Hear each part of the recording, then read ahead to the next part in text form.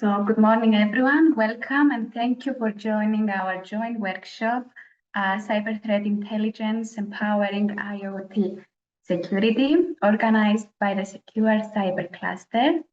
Our cluster unites various cybersecurity EU projects under an umbrella, a singular umbrella, to foster collective efforts against evolving threats and other challenges.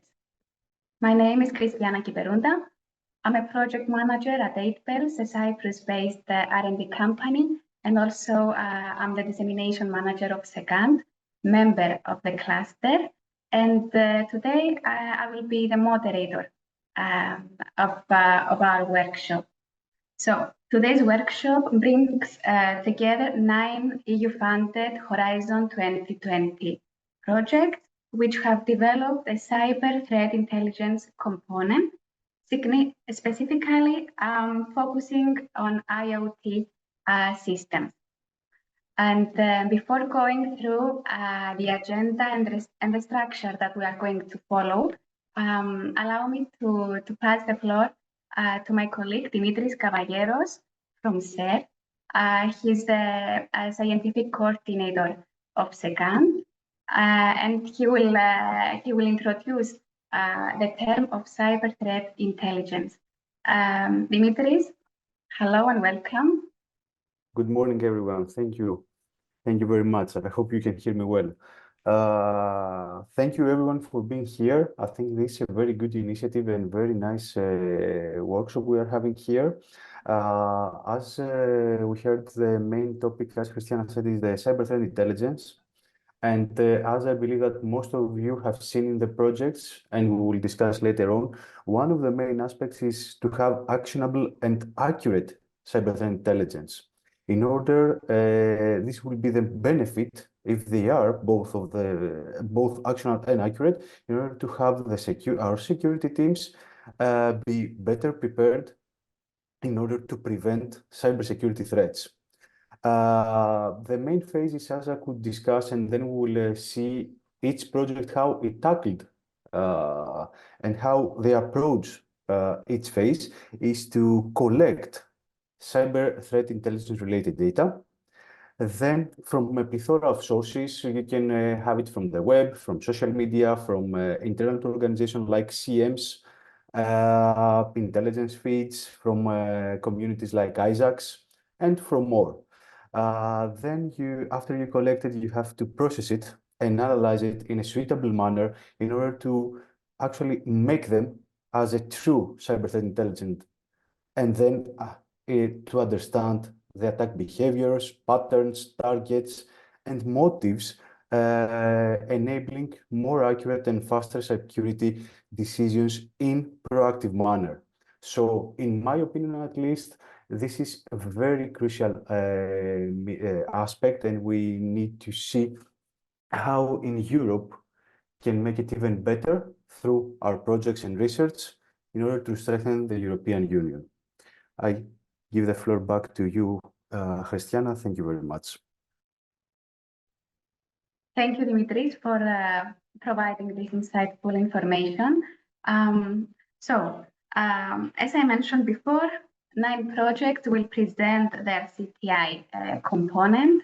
I will share with you today's agenda. Okay.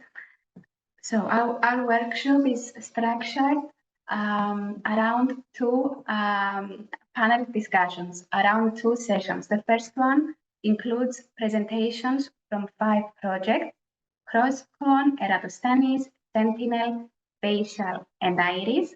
And then a Q&A session will follow in order to receive your questions and feedback. And then we have our second session, which will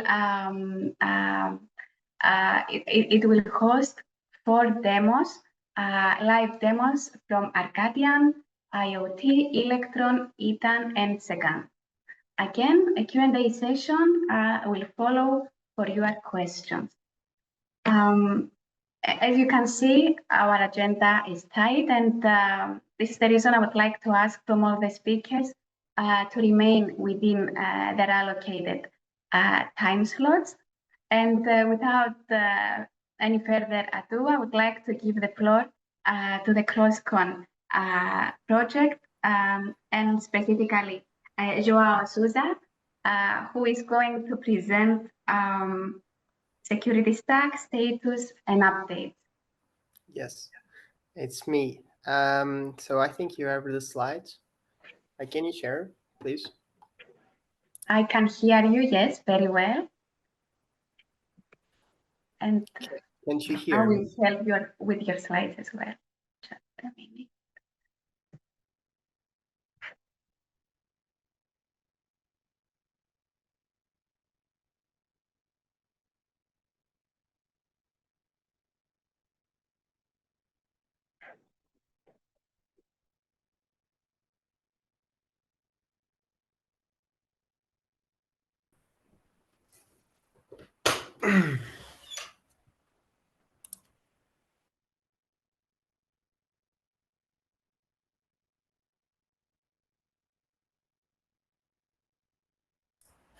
Can you hear me? Yes, Joao, we can hear you. Sorry, it was my connection.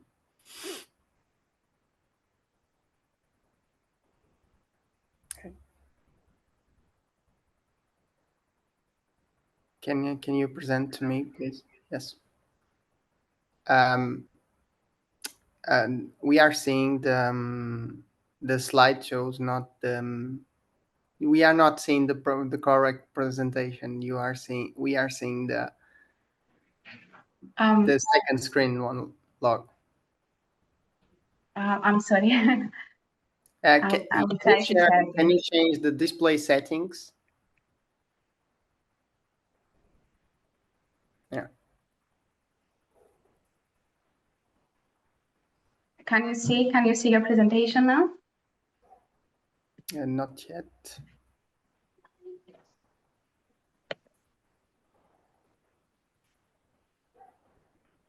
It's this. It's the same yet. Is in the. Apologies for this. I will fix it. So can you just tell me what you're just having in front of you in the screen? Yes, it's like the presenter one, not the presenter one, the background, the presentation. So you have the presenter view. Yes. Okay.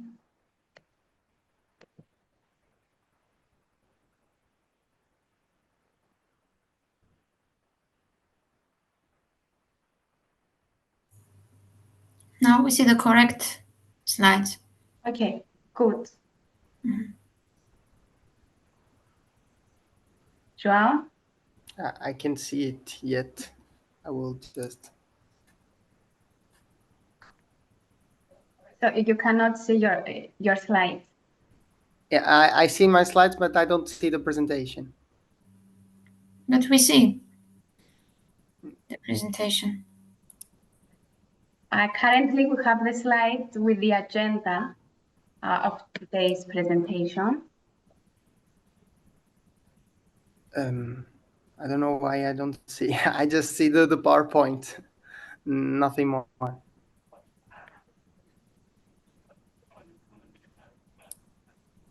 don't know why. Can you I please just see the try? PowerPoint. Can you please try to share it from your laptop? I will try to share it. Okay. Okay. The rest of Can the you see it? participants can see the slides. Can you see the slides? We see Christina's screen, not Joao's screen. Not mine. No. Now we see No, yes. No, yes. Yeah, Okay. So can I start? Of course. I apologize for this. So hello everyone. I'm here on behalf of University of Minho, one partner of the CrossCon project. In this presentation, I will cover the progress made in developing of CrossCon security stack. This is the agenda for today. The CrossCon, as you know, is an European project of 3 years. It already passed more than 1 year since the project started. It involves like 10 members of Europe between one large industry, 4 research universities and 5 SMEs. So for start, I would just quick recap on motivation, touching some similar topics that are involved with other projects in this workshop. So the first one is the lack of open source hardware solutions. We have seen that most IoT solutions rely on a proprietary hardware. So we aim to promote the transparency and foster creativity with open source solutions. The second one is related to the root and chain of trust. Since the amount of IoT devices being deployed have continuously increasing, as well as security services that run on it, they in some cases lack complete root and chain of trust, which poses several vulnerabilities. So we aim to establish a robust foundation. Next, the devices lack interoperability, which makes them to struggle when try to communicate between each other. So we aim to provide seamless connectivity. Next, there is high costs associated with developing trusted services. They require significant investment, advanced security expertise. So we aim to foster and promote these trusted services to a broader audience through an open, modular, and cost-effective solution. Lastly, and unfortunately, there are more and more vulnerabilities associated with trusted components. So we aim to strengthen these key trusted components. And overall, the objectives of the CrossCon is provide a secure ecosystem from root of trust through all components in chain of trust, is to provide memory protection and isolation mechanisms in both new and existing trusted execution environments, enhance trusted services, achieve security assurance with a lightweight to chain, and the main goal is basically design an open, modular, and high portable and vendor-independent IoT security stack that can run on a wide range of devices. So CrossCon's project is divided in 7 work packages in which the development of CrossCon security stack is basically part of the P3 and is the main topic that I will cover today. So development of CrossCon security stack.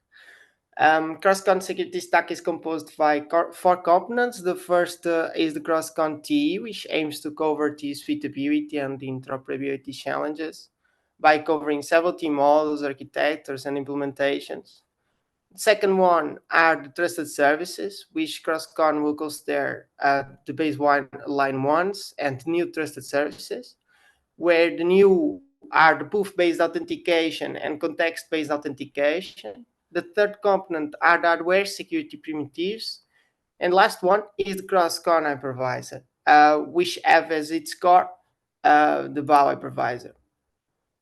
So the objectives of work package responsible for developing CrossCon security stack is basically define new trusted services, define a security tool chain, define a security manifest of different elements of the CrossCon stack, create this type of abstraction in different T models, architectures, and implementations, create this type of isolation capabilities, develop a novel hypervisor mechanism, and develop a CrossCon TE for bare metal devices. So, CrossCon trusted execution environments. This part of the project is twofold. It is split between CrossCon TE isolation and CrossCon TE abstraction. Basically, the CrossCon TE isolation is due to the problem of TE suitability, since trusted execution environments nowadays face several vulnerabilities. The second part is related to CrossCon TE abstraction, which is also related to the problem of the interoperability. Since trusted execution environments are very heterogeneous today, we need to fix that. So, considering the literature review, CrossCon already explored different implementation and architectures like ARM, RISC-V, Intel, AMD. CrossCon already collected and analyzed several vulnerabilities. We're going through several sources like security bulletins and CV websites. More properly, these vulnerabilities here presented in several TEs of different vendors. Regarding TE abstraction, CrossCon will consider the global platform specification and will create this type of abstraction on the CrossCon new trusted services by checking if they comply with global platform specifications. So, CrossCon hypervisor. As you know, hypervisor are technologies used to implement virtualization, which typically aims to reduce the size, the weight, the power, and costs, while simultaneously guaranteeing temporal and spatial isolation. In this sense, CrossCon hypervisor objectives pass through increasing the isolation and security guarantees, leverage existing open source virtualization solutions, and also aim to reduce the TCB and size of the attack surface. So for selecting the core of hypervisor, the CrossCon hypervisor, we compare several open source solutions like BAU, Xen, JLOS, Cell4, and BAU demonstrates as the one that's well fitted to be as the core of CrossCon hypervisor. This also results in the best paper student award. So hypervisor hypervisor is known as an open source static partitioning hypervisor. It follows a clean state minimal implementation and supports multiple platforms and architectures. During the project evolution, CrossCon already organized a workshop which was related to BAU. This workshop is available on YouTube for the ones that want to learn more about BAU. So in near future, CrossCon hypervisor will bring new features to hypervisor by like dynamic VM instantiation, virtual T implementation, and multiple VMN support. Here on right side, we can see the CrossCon abstract model where partners basically try to merge all possible combination in security stacks on architectures like ARM and RISC-V. And these involve different privilege levels and different class of devices, like for low and high-end devices. The goal here was basically to get a unified level of abstraction across multiple hardware platforms. So, use cases. Jumping to the use cases of the project, the first one is related to multi-factor authentication, where CrossCon will use new developed trusted services to introduce new authentication methods based not only in something you are, something you have, or something you know, but also considering the environment context and behavior. So, use case 2 is to provide firmware updates of IoT devices, covering a secure update over the air. Use case 3 is related with commissioning and decommissioning of IoT devices. CrossCon here will bring robust commissioning and decommissioning procedures for applications, like ensuring higher levels of security and reliability in IoT device operations. In use case 4, we'll be applying remote attestation for identification and integrity validation of agriculture and namely aerial vehicles, also known as drones. Using remote attestation, a user can ensure that UAVs is running, if they are running trusted software, and ensure that the hardware stack meets necessary privacy, safety, legal requirements. CrossCon will provide secure remote attestation on agriculture UAVs.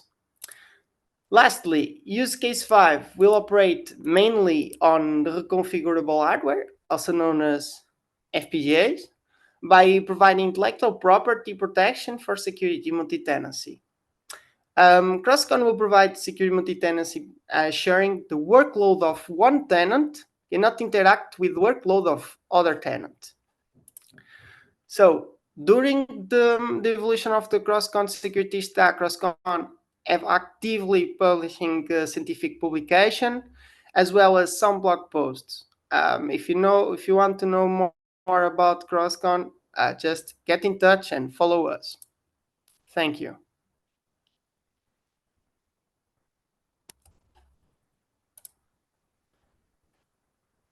Thanks a lot, Joao. Now we are ready to go to our second presentation for today from Eratosthenes. Juan Francisco, are you with us? Yeah, hi. Can you hear me?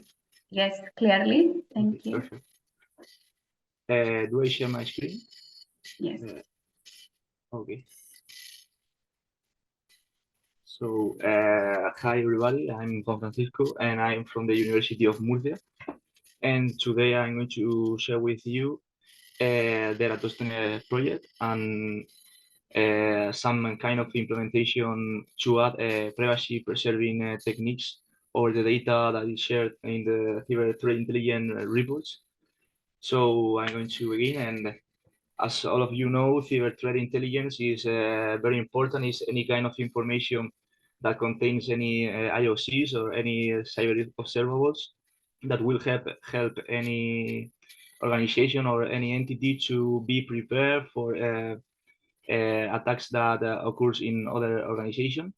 So we can share information about this kind of attacks and the vector of attacks that occurs on the network, and we can prepare some kind of mitigation action or some kind of action that will allow us to take advantage of this kind of information.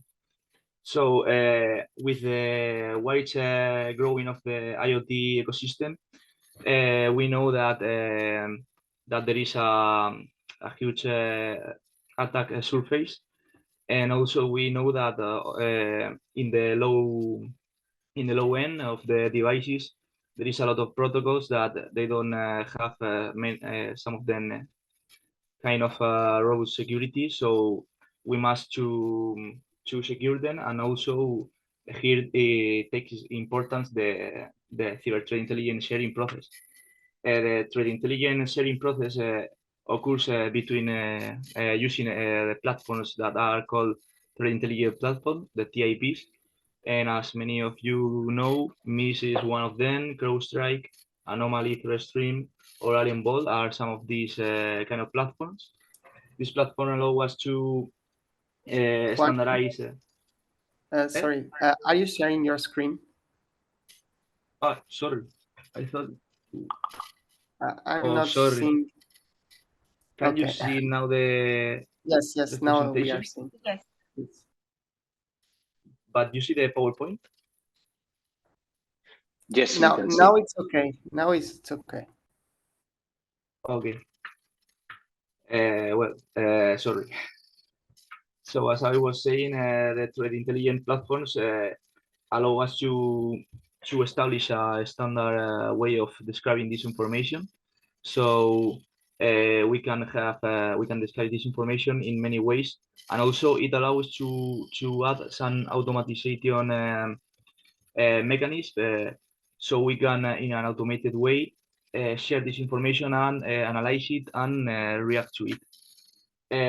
But there is a negative side here, and is that the organization sometimes are reluctant to disclose this information because they think that if they share with other entities the information that some malicious partner has attacked his devices, this information could be used in counter of his purposes.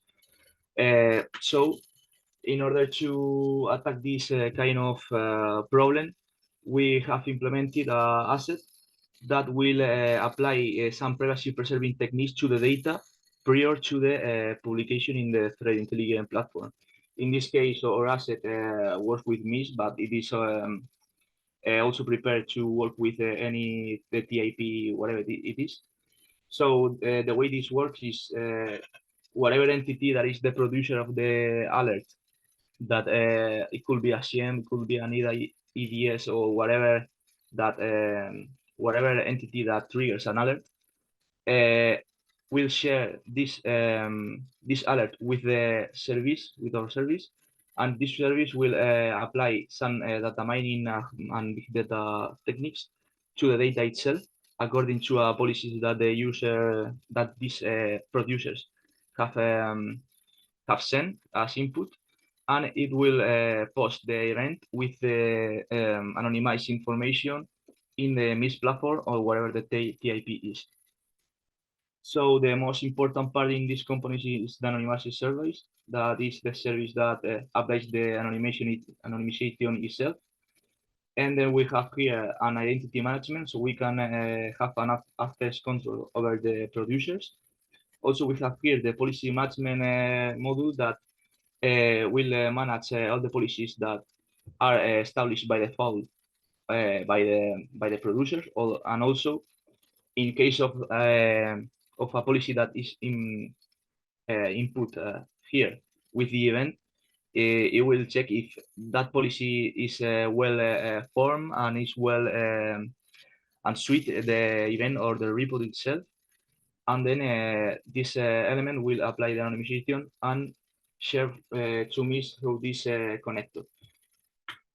So, well, the techniques that we have implemented in this asset are some techniques that are from data masking itself, that is suppression and generalization. This technique doesn't have any mathematical base behind, but K-anonymity, K-map, L-diversity, and differential privacy, they have a mathematical base in them. So these first two are a more direct way to mask the information, to transform it. And these last four are more for a big load of data and more for disclosure of any big load of information. Also, for the use of this technique, there must be one, at least one data holder that knows the information and knows how to. These techniques will take advantage of the mathematical base behind them.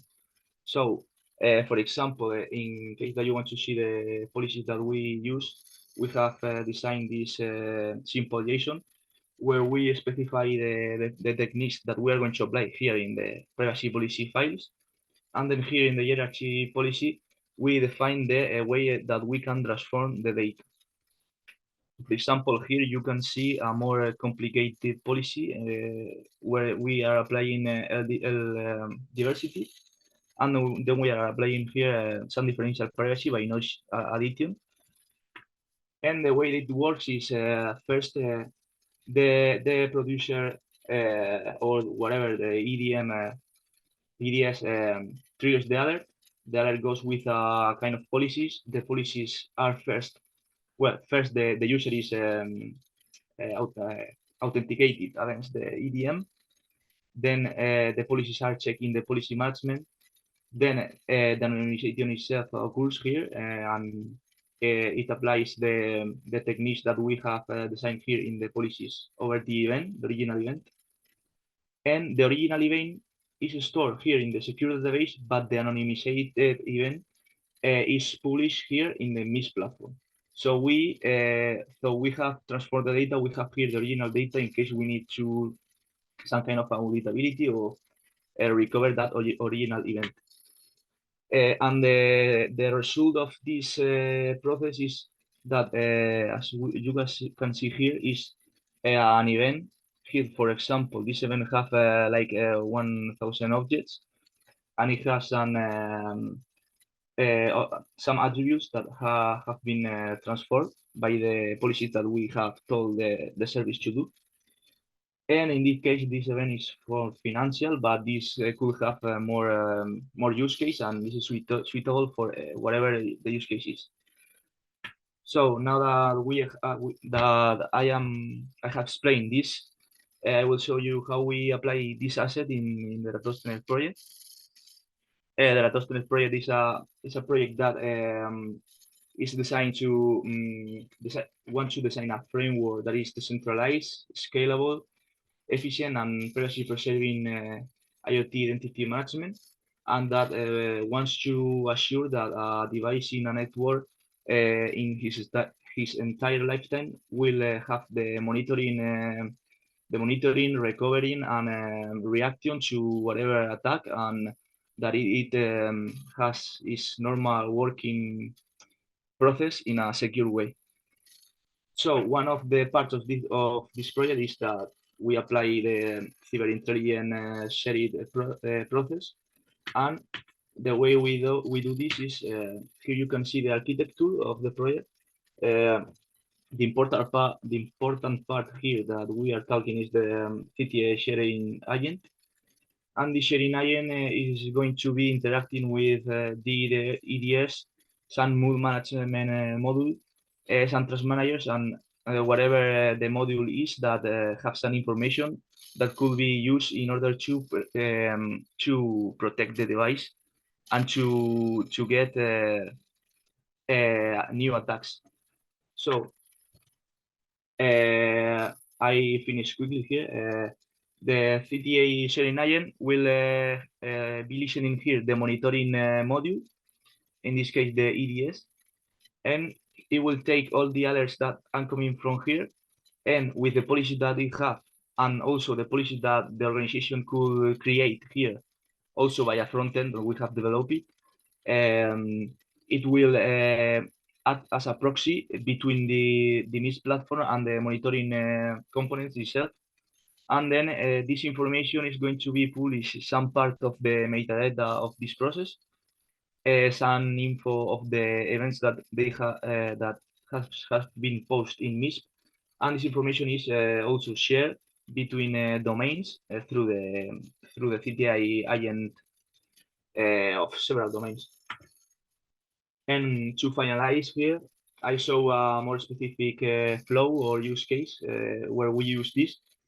And this is a use case where an alert has occurred, and then we react to it by sharing this alert, but also with some privacy anonymization.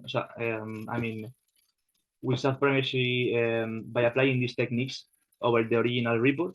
And then this will trigger a process where a manufacturer will receive this alert, and it will create another layer of, let's say, it will create a file where he says how his device must be used and how the behavior must be. So first of all, the EDS triggers an alert, detect something. It goes through the broker through the CTI connector, that is the proxy between the anonymizer and the connector. The anonymizer is, like I explained before, the part of the PPCTI module. And it receives this event. It will anonymize some attributes of this event in order to mitigate risks related to de-identification attacks. And it will post through the MIS that will trigger the process of synchronization with the MIS instance of the manufacturer of the device, of the IoT device. And then this manufacturer will analyze the thread, will analyze his device, and will create a mood file that will say, well, you can mitigate this in this way. So this final file is also announced in the MIS network, and it goes back through the mute management module in the origin domain. And then after all the process, it will interpret it, and it will send the countermeasures also to the broker, where other modules can take that countermeasures. So as you can see, we have added some little layers here and there of privacy. First, privatizing the data itself, and then using another mechanism as the mute, the manufacturer usage descriptor file, and using the MIS network. So I hope you like it, and yeah, this is all for my side.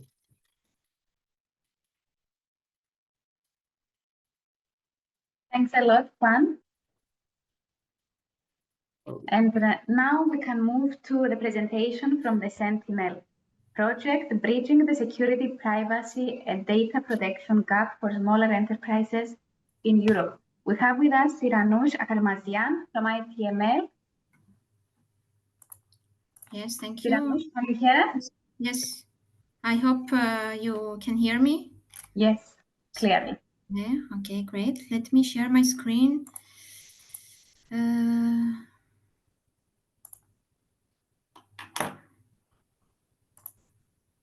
Can you see my screen? Yes, it's not in full screen though. I will make it in just a moment. Great. Yes. All right. So hello everybody. My name is Cyranoush Akarmazian. I'm working from a private company located in Greece, ITML, and we are coordinating the Sentinel project, which tries to bridge the gap between cybersecurity, privacy, and data protection for business sector. So first of all, thank you for this initiative. We gathered one more time under the SecureCyber Cluster and with all the project trying to create and develop innovative solutions in the cyberspace and also for data protection. And with this presentation, I would like to present the overall concept of the Sentinel project, what we have developed, and actually tried to validate and get additional feedback from potential end users and some feedback from their sides. The project is very close to its end, so it's our last actions in this respect. Anyway, you will see some interesting results from our end users. So before going to the Sentinel project and what does this project, I would like to just a little bit to share some thoughts about personal data and how it's important to protect them in order to safeguard fundamental rights of humans in the digital age. So the definition of the personal data is any information related to an identified or identifiable nature person. It's defined in GDPR Article 4. So it's all the information related to humans. It can be health, financial, online activity related information, demographic information, identifying in the persons or humans information like email addresses, anyway, anything related to these aspects are defined as personal information and personal data. And not only it's important in order to safeguard human fundamental rights for their well-being, but it is also important for any organization, enterprises. It can be business related or not business related. It's also important to protect personal data from perspective of several risks, like operational risk, financial risk, and reputation risk. And Sentinel actually is based on these, aspects and mainly to the questions how we can protect personal data and finally how we can comply with GDPR. Okay, so the motivation of this is the main motivation of Sentinel.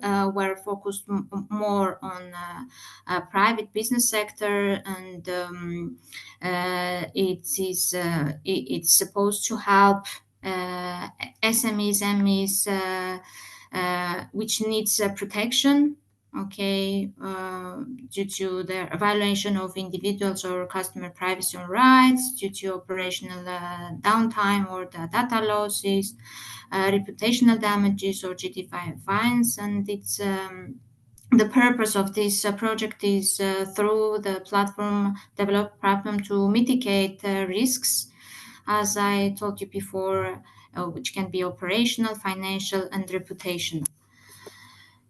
So the statement of the Sentinel project, it provides a complete privacy, cybersecurity, and data protection suites for business sector to achieve security and safeguard their customer asset in an affordable and efficient manner. And how we do this, we integrate security and privacy technology in a unified architecture, and where we try to automate GDPR compliance through the provision of recommendation for personal data protection and cybersecurity. Through these technologies and a unified architecture, we educate SMEs on the GDPR requirements and how they can achieve GDPR compliance, and we provide also several tools and services for real-time monitoring and threat mitigation. So the key driver of the Sentinel project is the GDPR Article 30, which is the record of processing activity. And just a few words about the processing activity. What is it? For somebody who it's the first time to hearing it, it's processing activity is a description of how an organization handles personal data. Okay, and it's an application based on GDPR rules. It is an application for many companies, of course, depending on the size or data types they're handling. And based on this main concept, we have developed the Sentinel platform. It is a simple workflow of 7 use cases, starting from the registration to the platform, SME registration, and creating a profile of each organization, then completing self-assessment workflows and acquiring policy recommendation. And there are some use cases through which we can receive security notification, incident report, and share, and consulting the knowledge base, which provides a complete set of tools, services that the user or the SME representative can check and educate themselves on cyber threats and generally the actions to mitigate cyber threats. Okay, these are the use cases. No need to go through all these. I would like to focus on the Sentinel offerings and value proposition, which is the most important part, how we offer our platform. So we separate 4 distinguished offerings. And the first of all is this, that the platform tries to educate and train SME representative to raise their awareness and on GDPR compliance and obligation, and what kind of measure they can take in order to approach to GDPR compliance. It provides a toolkit for evidence-based GDPR compliance. It provides link between the privacy requirements, measures, cyber asset configuration, and real-time monitoring.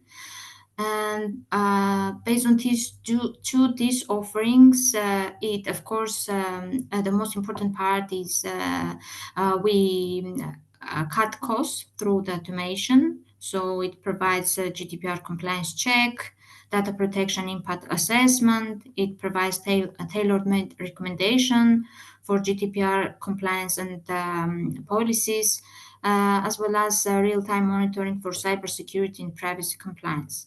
And finally, we have also a cybersecurity awareness and cyber range training.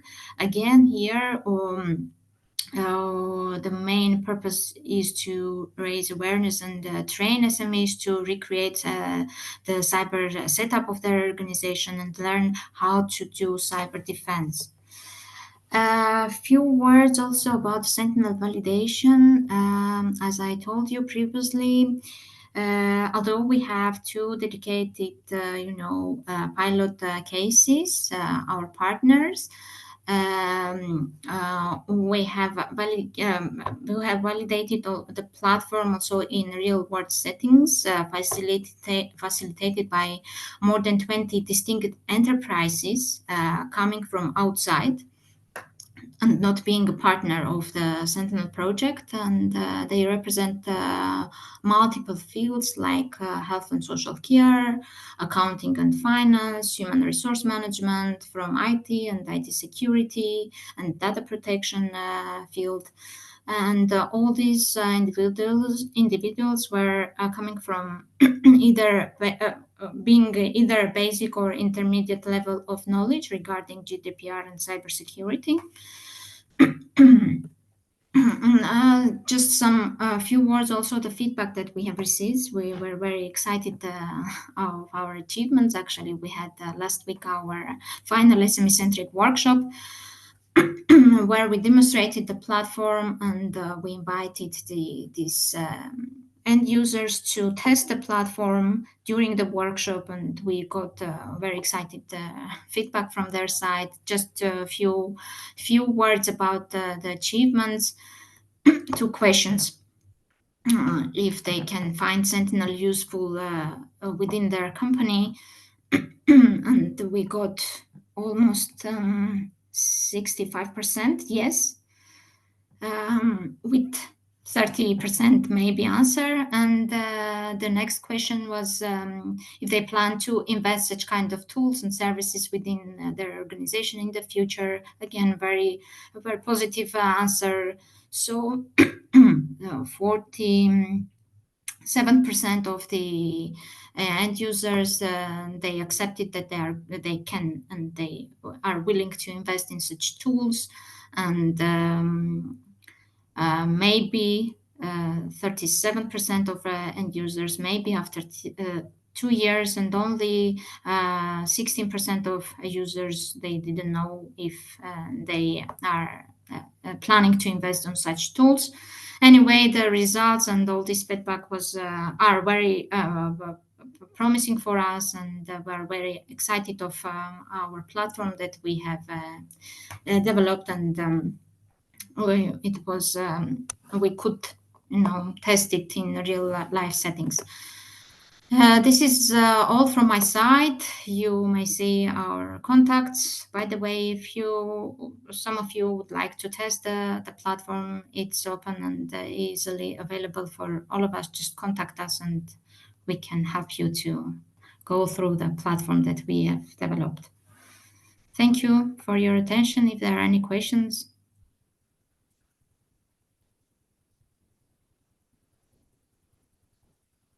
Thanks a lot, Cyranos. We will take all the questions during the Q&A session following the end of the 5th presentation of this session. Okay. Thanks a lot again for your presentation. Now I would like to pass the floor to the spatial project and Shen Wang from the University College Dublin. Hello, Shen. Your presentation is titled Enhancing Cybersecurity with Accountable Resilient AI, a human-in-the-loop metrics-driven approach. Hello, everyone. I hope everybody can see my slide and hear me okay, right? Yes. Okay, great. Thank you, Christiana, and lovely to meet you all. So, good morning, everyone. My name is Shen Wang. I'm from University College Dublin, Ireland. So,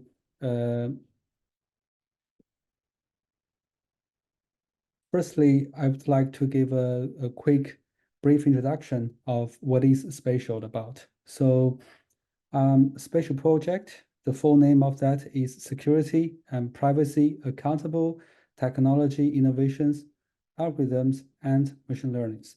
So, as you can see from this logo here, so trustworthy AI solution is the key, and we're trying to use this solution to address the privacy, resilience, and accountability, 3 cornerstones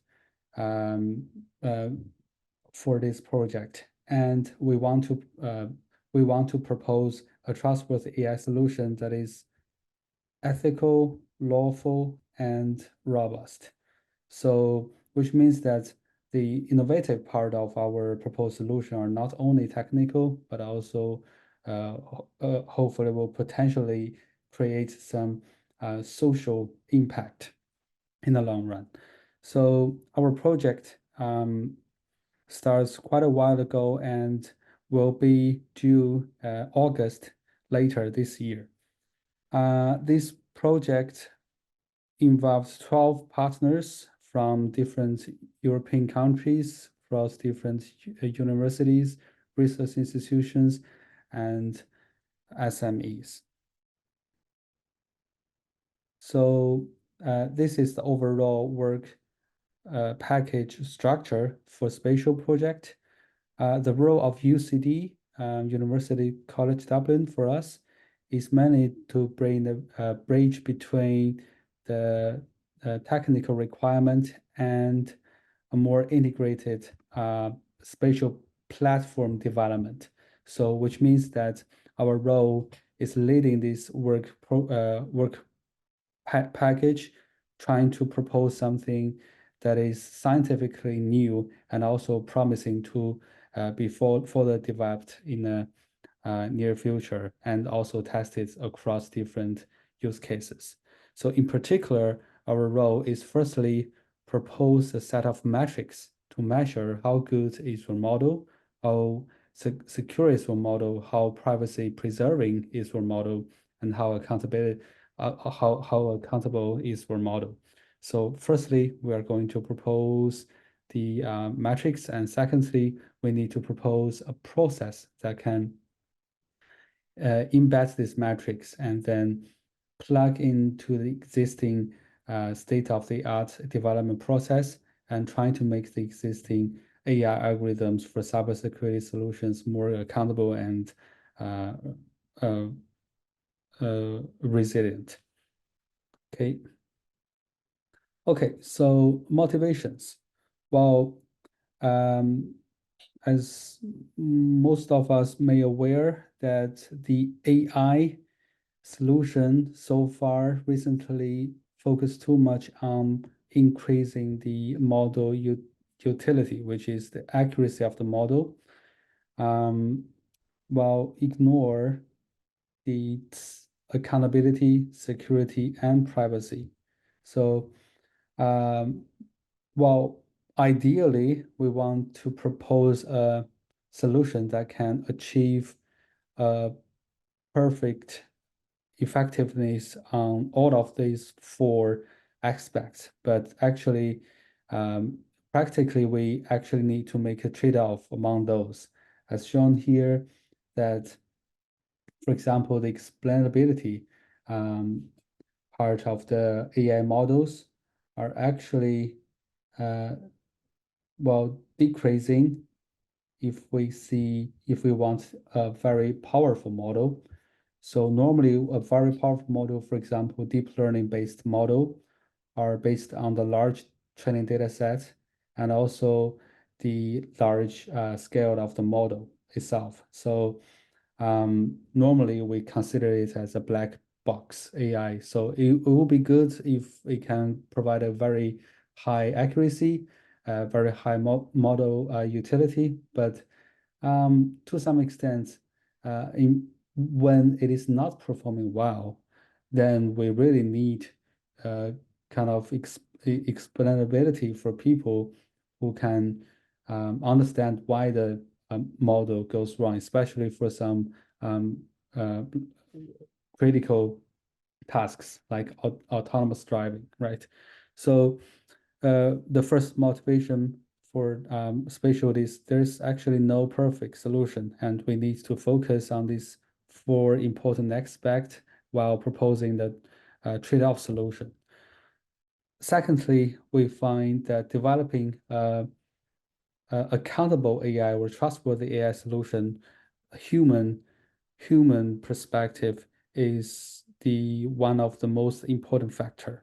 And we would like to focus on our stakeholders, focus on the technical experts or internal stakeholder, because we find that the existing explainable AI solution, although it's promising, but it's mainly, according to the recent paper, is mainly for the internal stakeholders to tune their model, to make their model more robust.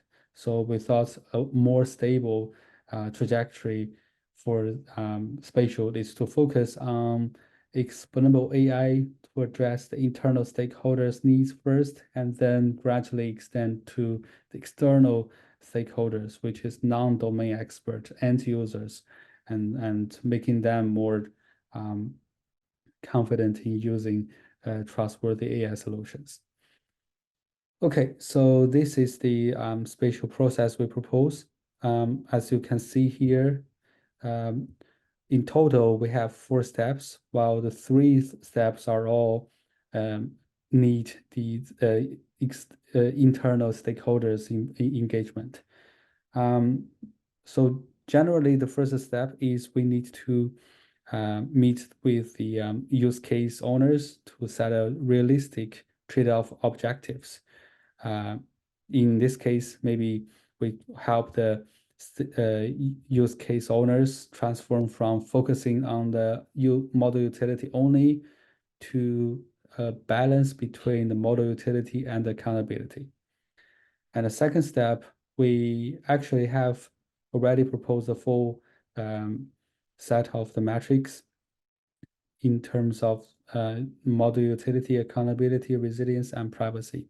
But we need to discuss again with the use case owner according to the preset, the trade-off objectives, and to pick a subset of it.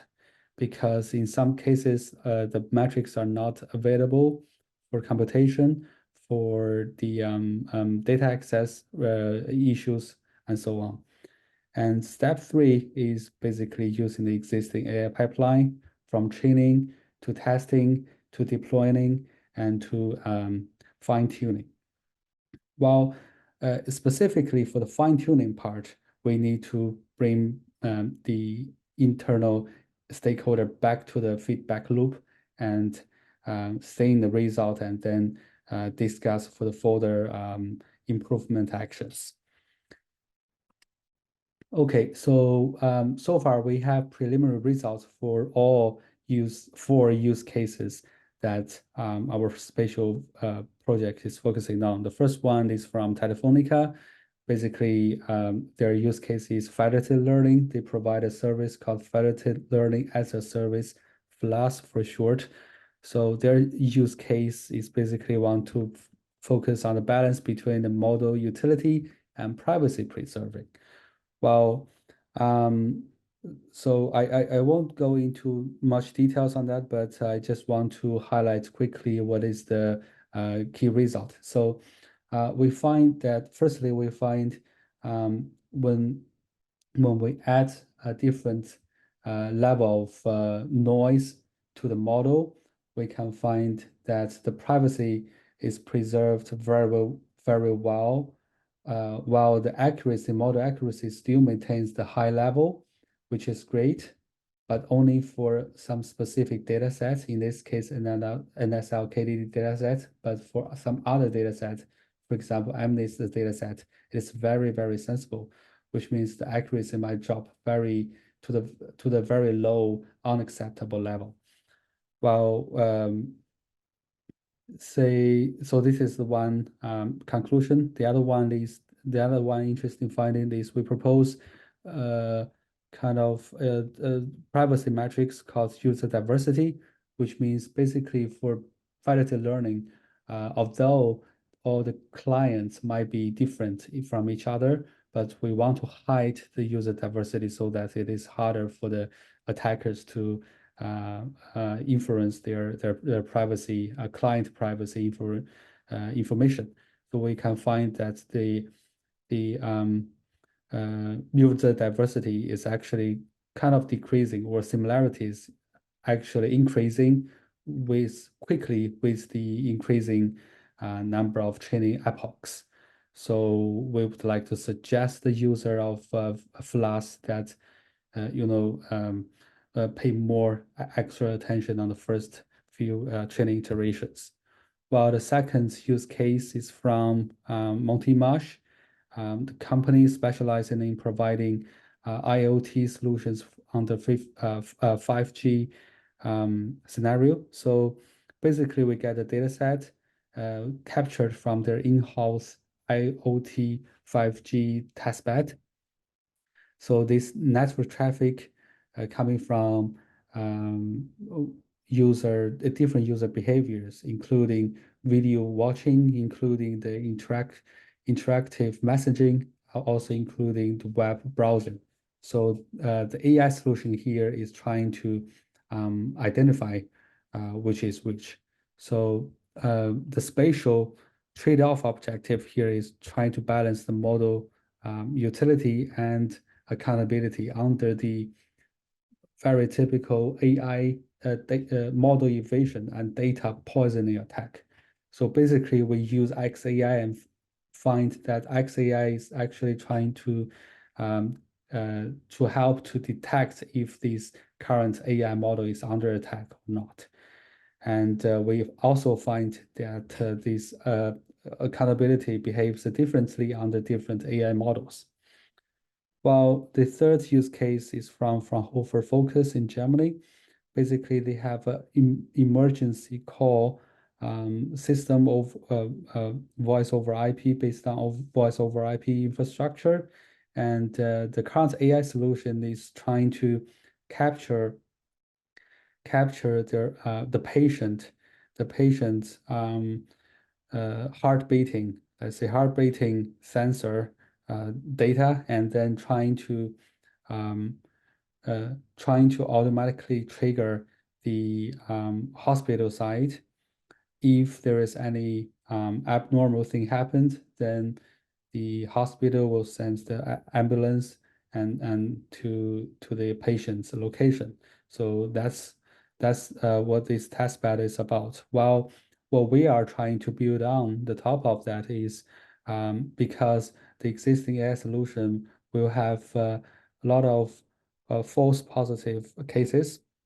So we would like to add the accountability part and to see if it is really the data showing some abnormal behavior of the patient's health condition, so that it's really need to send ambulance or not. So it is currently work in progress. We have used AI algorithm to achieve a very good result, but we also use different XAI methodologies and find some different explainability symptoms. But we are currently working on engaging the domain experts, which is doctors, in designing a more accountable solutions on this use case. While the last use case is from WeSecure from Finland.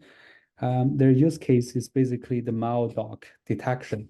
So well, what we found is actually we use XAI, and we find that there are a couple of training data features that are very sensible to the AI attacks, but are not very important for making a good AI decision. Then we remove this number of features, and we come up with a resilient solution, AI solution, that we can actually achieve a similar amount of accuracies, but we actually have the all the resiliency metrics much higher. Okay, so that's a quick overview of the spatial project so far. So thanks for listening. I'm happy to take any questions later on if you have. Thank you. Thanks a lot, Chen, for your presentation. And now our last presentation for the first session comes from the IRIS project, Innovations for Timely, Semi-Automated, Secure, and Interoperable CTI Incidents. We have with us Giovanna Pilali from ICCS, Eleni Dara from CERT, and Sofia Tsekeridou from INTRA. Welcome. Welcome, Christiana. Thank you very much for this slot. So we are going to present you, as you said, the presenters, me, Eleni Dara, and Sofia Tsekeridou. We're going to present you a part of our work conducted under IRIS H 2020, with the title Innovation for Timely, Semi-Automated, Secure, and Interoperable CTI and Instance Information Sharing and Reporting, Enhancing Awareness and Collaboration among need-to-know CI operators and search. The work is enormous, but we are trying to enhance the pace of the presentation. So the aim of the project is to deliver a platform with a framework supporting a European search in close collaboration with CI operators to detect, share, respond, and recover from cybersecurity threats and vulnerabilities of IoT and AI-driven systems. We focus primarily on cyber resilience in transport and mobility, as well as energy sector.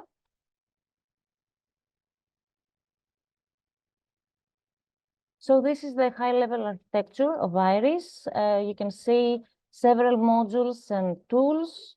The most, let's say, centered and important are these of automated threat analytics that take all the threats and events detected from infrastructure and send it to the enhanced malicious ecosystem in order to be processed, enriched, visualized, and stored. And we can elevating collaboration among end user, and we can dive into collaborative threat intelligence module in order to see cyber threat intelligence sharing and storage and advanced threat intelligence orchestrator that is going to be presented later on in order to enrich and automate workflow execution of the cyber threat information, and then the data protection accountability module that is responsible for the privacy of the metadata of the event information.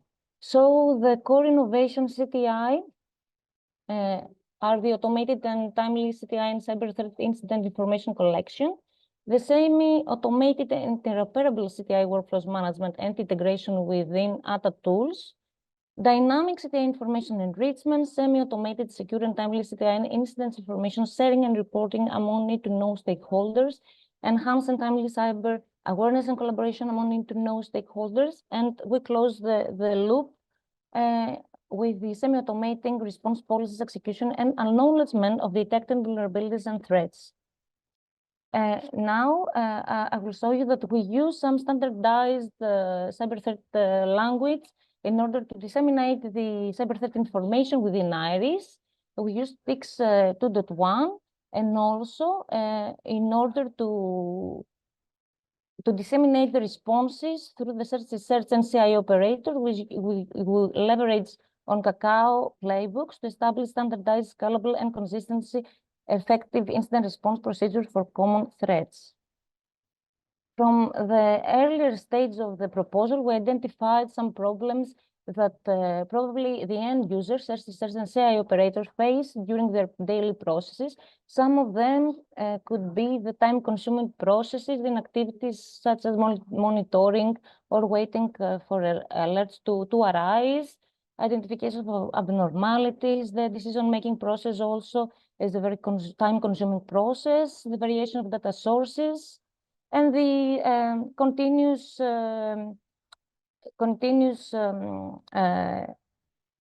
enhancement of smart cities technologies that erase also, that enhance also the vulnerabilities that exist in these AI and IoT systems. For these reasons, we establish an advanced threat intelligence orchestrator that adheres security, orchestration, automation, and response in order to take input from tools and user input and elevate streamline operations, sharing procedures, response, and recovery. And this is the Advanced Threat Intelligence Orchestrator designed by ICCS. This tool consists by 7 sub-modules, 2 user interfaces. The other are the backend services, and also we have an ATIO database that stores all the logs from information visualized to the user interfaces. As you can see, this is the UI of the ATIO. and we use the open source tool called Shuffle.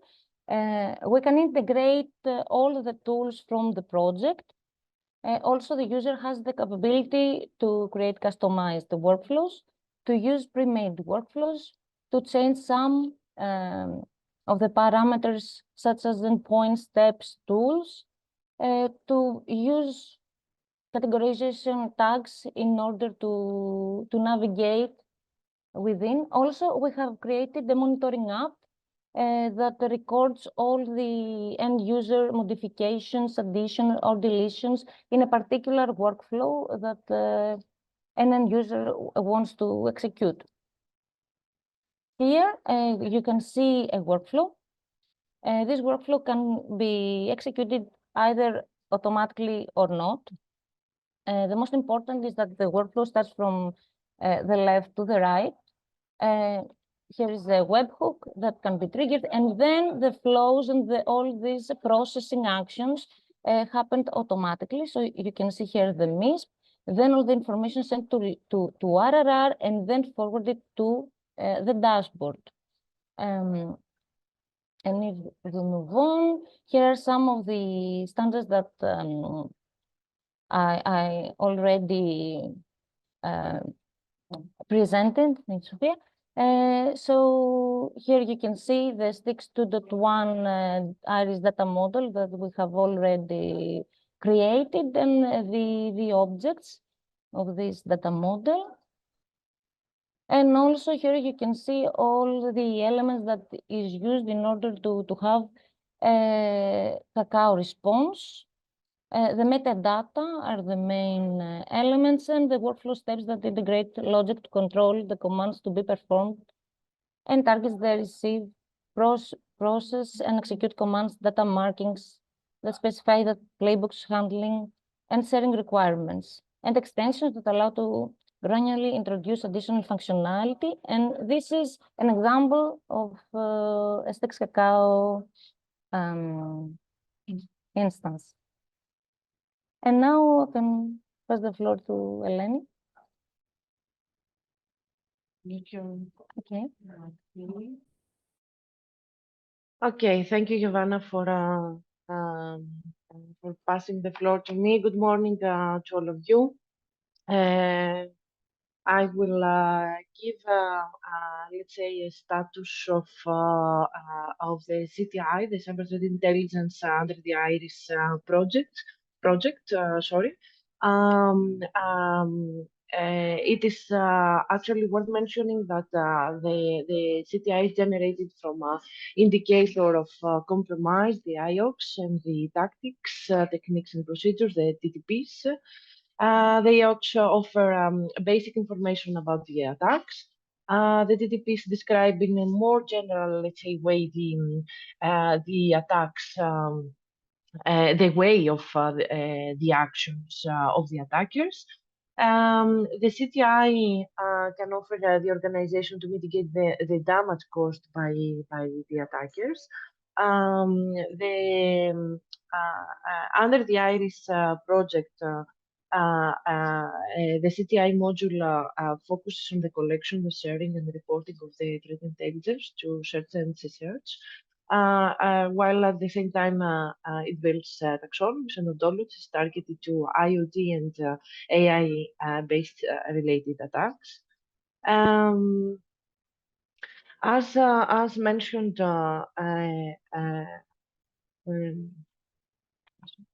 give me a second to change the slide. Yes, thank you very much. One of the key objectives of the CTI in the IRIS project is the taxonomies and ontologies generation. This is achieved following this presented the pipeline in the diagram. The CTI, first of all, is collected from both the internal and the external sources.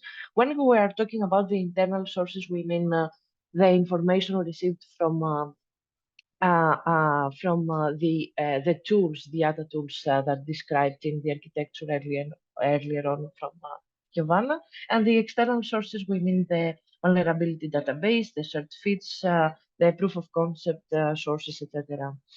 As far as you can see from the pipeline, the information is pushed in MISP as an input from the Advanced Threat Intelligence Orchestrator. The gathered information is correlated using a rule-based and machine learning-based techniques. The main point is to find associations between data and intelligence. The data received are used to extract more valuable information, for example, the threats, attacks, and vulnerabilities for the taxonomy generation. NER, named entity recognition and bird topic modeling, as well as pattern matching procedures are used, and taxonomies are generated. The generated taxonomies are used to update the existing ones, for example, the MISP taxonomies. More details I'll give you in the following slides. For the ontology generation, the rebel model is used to extract relationships between the different taxonomies. The ontologies are developed and the merged one is generated by different generated ontologies. The terms of the merged ontology are used to update the existing ones. The existing ones are named Malone and IoT using a semantic search procedure. In the following slide, I'll showcase the taxonomy generation. The next one, you will see the list of the previous one, the list of taxonomies that are stored in MISP. The MISP update, as I told you, is in this slide. You can see the CertXML taxonomy, and at the top down, you will see the update of the existing taxonomy.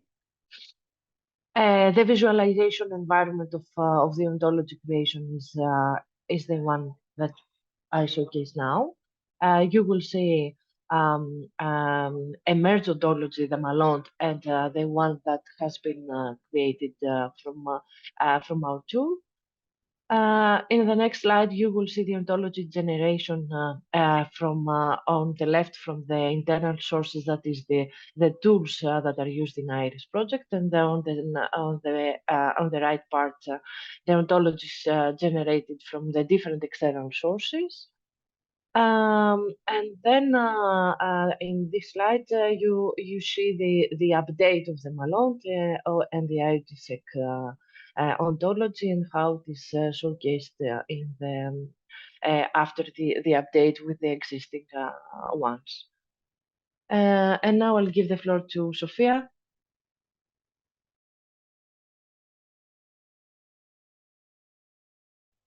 Thank you very much, Ivana and Eleni. So now we'll be presenting actually the entire IRIS Enhancement Service ecosystem that also encapsulates what Eleni and Giovanna have presented as well.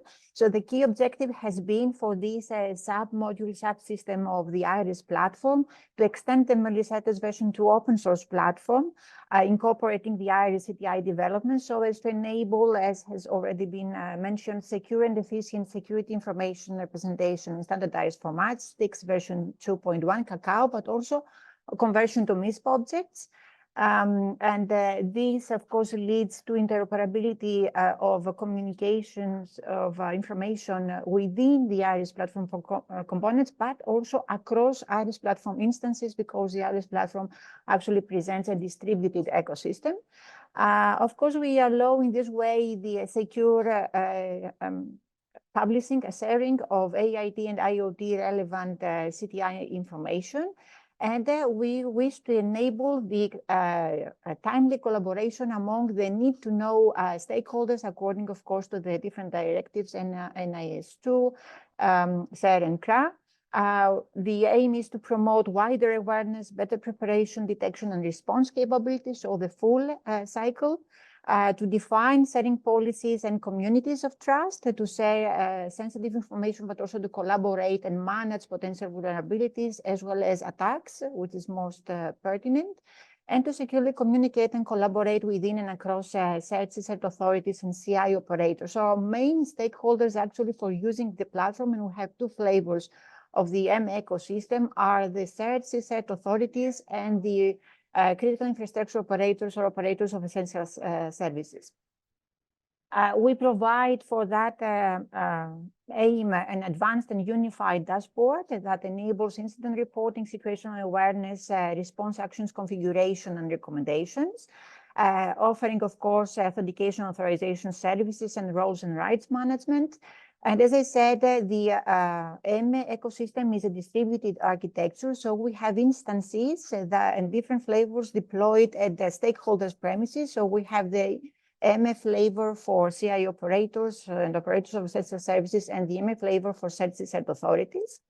Of course, we capitalize on the Melisaites open source software, but also MISP, as Eleni mentioned, and SAFUL, as Giovanna mentioned. So you see here what is the utmost aim is to enable actually true information sharing. I know it will be very quick, sorry for taking more time.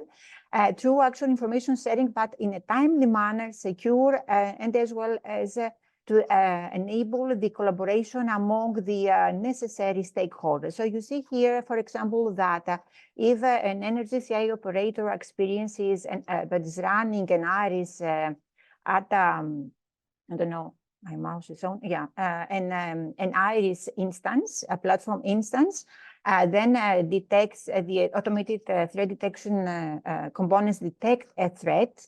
Then we are given the capabilities for this to be set in interoperable formats, takes Cacao to the National CSERT Authority that runs the IRIS M instance. And then the National CSERT Authority may choose and desire to share this with other energy operators in the same country, or even with other CSERT authorities in other countries, etc. So the information is shared in a secure manner to the need to know according to the protocols, of course, that and legal procedures that apply in each country. And the response and the capabilities to manage and raise awareness are much enhanced. So as you've seen here, I will not say much more here. We are able, as presented, to a report to gather the information, to enrich it, the CTI information, to report it to the right authorities, to allow response, mitigation actions, and associated workflows management.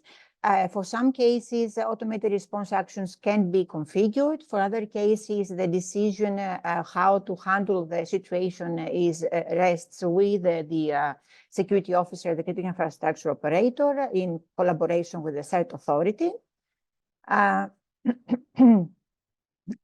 Okay, I will not. Of course, we need to build trans communities. This is done using the capabilities of the enhanced of the Melisaites ecosystem and the setting groups.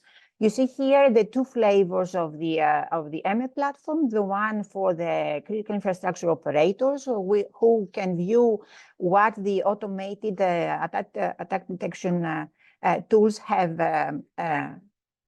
detected. And they can actually, you see here, status pending, they can actually open the respective report and see and manage it, either, for example, enable the right response or dismiss it if it is not something that needs to be handled. And you can see here, for example, they can receive also on the top right notifications when something actually is detected that a tool. So it is quite timely received, and they can click on it and do the right actions. And they can even configure automated response policies for certain types of threats and attacks or vulnerabilities that you see here. Or even they can initiate a vulnerability scanning of a new asset that has been added in the infrastructure. Come on. And here you see the full view, the detailed view of specific threats that have been detected and received, and the risk of that the risk that is imposed by that threat also is denoted. For example, for the first one is 24%. The operator can approve or decline according to how critical or perhaps nothing to cater for. When, of course, it is approved, the status is updated. This information is shared to the Trust Circle, the sharing group. So the CERT authority can automatically receive this information and the status for this information. And then they can communicate and collaborate to see if something is too critical, how to manage it, for example. Okay, so you see here some of threats have been approved. You see the status on the right. Come on, and this is the CERT authority. Of course, the CERT authority is managing. It depends on the jurisdiction of the CERT authority, which is a national CERT is for the entire country. Here you see the CERT authority of Spain, and what information has been received up now. There are a lot of statistics and visualizations for the threats that have been detected in the past period and how they may have been managed or not. And here you see also the CERT by TC. So it is actually which Trust Circle, which sharing group actually has disseminated this type of attack or vulnerability to the CERT authority. And then, of course, they can communicate with the response actions. Come on. And this is the full view also for the CERT authority for a specific threatened attack. They can also be notified when the status of the attack has changed based on what response policies the CI operators have followed. Okay, this is all from our side. Thank you very much. So we are happy to answer any questions you may have. Thanks a lot, Sophia, Giovanna, and Eleni. It's time to open up the floor for the Q&A session. So feel free to direct any questions to our 5 projects, CrossCon, Eratosthenes, Sentinel, Spatial, and Iris. Do you have any questions for them? Hello, can you hear me? Yes. Okay. My name is Christo Kostansky from Atos Evident. Actually, I like a lot of presentations for today. I don't know if we have 5 minutes for the Q&A session. I observed that we have actually a very wide range of potential CTI data, which can impact. So let's say if we take from CrossCon the low-level IoT platforms, we have vulnerabilities there, but they can impact higher-level components and systems. So on these higher-level components and systems, applications, operating systems, services, infrastructure, communication protocols, implementations of these protocols, they are more vulnerabilities on the higher-level stacks. So then we go to the AI. Very interesting on the AI level. From the University of College Dublin, it was presented. So there are also some metrics there where I can see that can lead to some CTI data, some either vulnerability, some information about how security and how privacy issues can be seen in some AI models. So this range of vulnerabilities and CTI data needs to be processed and make use of it. So to me, it's very important, interesting to see if the position of the other people, how they see the use of this wide range of information, how that can be used and connected together.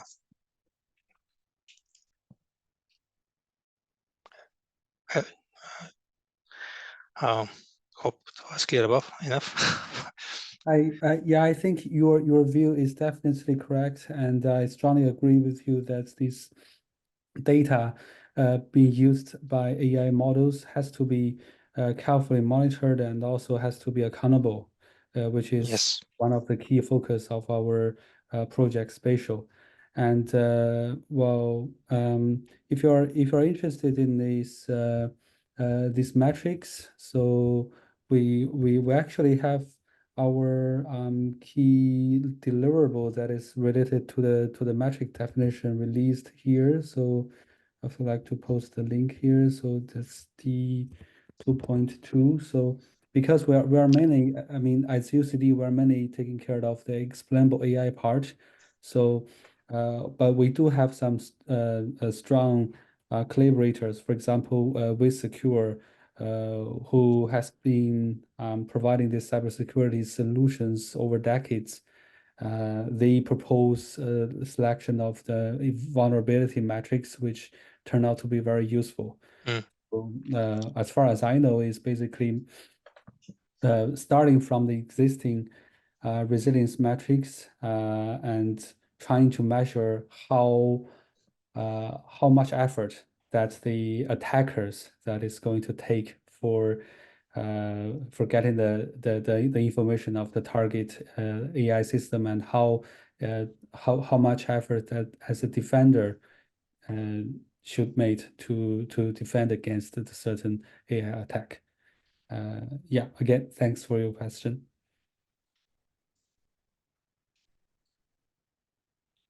Thank you. Yes, definitely this is an area which is still ongoing, and many important CTI management and utilities will be developed in this area, I understand. Yeah, thank you, Aristo. Any other question?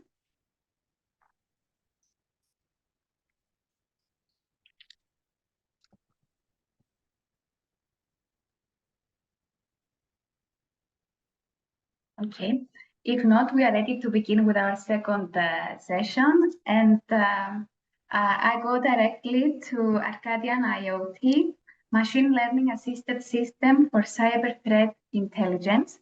Han Wang, welcome. Hi, yes, let me share my screen. Can you see my screen? Yes. Yes. Okay, great. So yes, good morning, everyone. My name is Han Wang. I'm a researcher working in RISE, Research Institute of Sweden.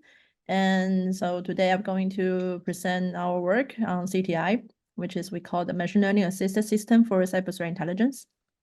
So first of all, I would like to introduce what is Arcadian IoT, and it is a Horizon project that we aim to develop IoT system towards decentralized and transparent and user controllable privacy in three real use cases. What is three real use cases? They are emergency intelligence and the drone monitoring and the medical in IoT. And we have 3 vertical plans and 3 horizontal plans. And our CTI component is located in a security plan that try to help this project to share our get alerts and or the information that is about threat intelligence. So before we start, and we like to introduce a bit what is the MISP. I think you have heard a lot of in the previous presentation, but I would like to go more in detail because here we are actually working around this. So MISP is malware information sharing project. It's a threat information sharing platform that's free and open sources and can collect data from different partners, tools, and it can also collect all the feeds from the public resources. And it also can normalize and correlate and enrich the data. Sorry. So the MISP is open source and is implemented in 4 different models. And first one is MISP Core. That's actually the main GUI. That's graphic user interface platform that implemented by the PHP, JavaScript, and Perl and Python. And they have MISP model. This is actually the model we can use it to extend our functionalities. And PyMISP is a Python library to access MISP platform via REST API. And you can allow you to fetch events or update the events, or even to delete, update any kind of functionality you can think about. And the last one is a MISP dashboard. It can show you the live data and statistical in the real time. And the terminology of this MISP is there are 2 main layers. And only just introduce some important objects here, like information here. One is events. Events is actually a calculation of centralized linking information represent as like the threat information. Like for example, the event can be the DOS attack, or it could be the malware hash function, or this kind of events that can be defined. An attribute is actually can see as an individual data points, which you can see as like an indicator of compromise. is to support the events. So one event can have multiple attributes. And object is actually the custom template for the attributes. You can define your own object, and you can wrap it as the like a feature set for the attributes. The context layer is we have a tag. We can label it to the event to have the further information. We also have the glassy cluster. There's a knowledge base item used to label the events, and you have this cluster relationship. And so we have talked about like IOC. So IOC is actually indicator of compromise. It's like a contains a pattern that can be used to detect the suspicious or malicious cyber activity. This can be the attributes in MIS can be like a network indicator like IP address, or it could be the system indicator like a string in memory, or even a bank like a fraud transaction, or it could be the account details. And so this attribute can be anything, or you can like a tab, it could be MD5 or your URL. So it's different kind of information. All the information can be shared.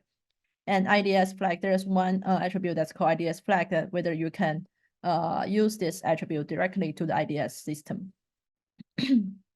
So what is MIS classes and relations here? So first we have this event that we have information like what is the curator of the organization, and we have the description, which means it's an event info, and we have the analysis, level, and distribution, and we have this tag. We can link these two events to be the same cluster or same group, and we have this taxonomy as actually define the tag, and within this tag we have multiple attributes that is defined by the object. That's a template for this attribute. And we can also see the correlation between different attributes and in different events.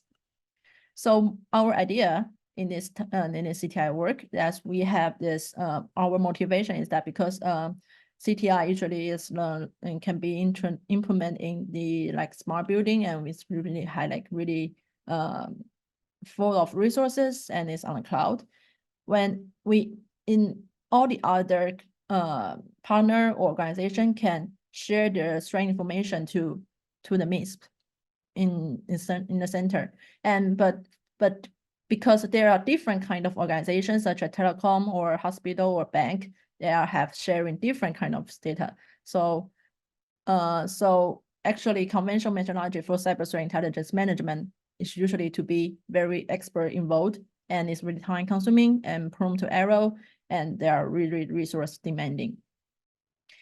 And as you can imagine that all this information comes from different places, so they may have some missing information such as threat level. Some people, because all this information are defined by the human, and there are a lot, so sometimes they couldn't really judge what is the threat level of this event.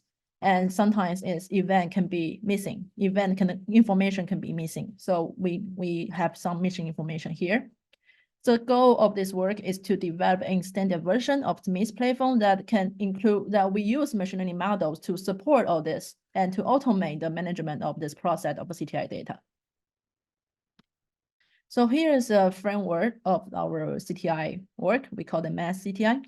So first, we can collect the data from different sources. Like, for example, we can have the IoT devices. They can generate the alert.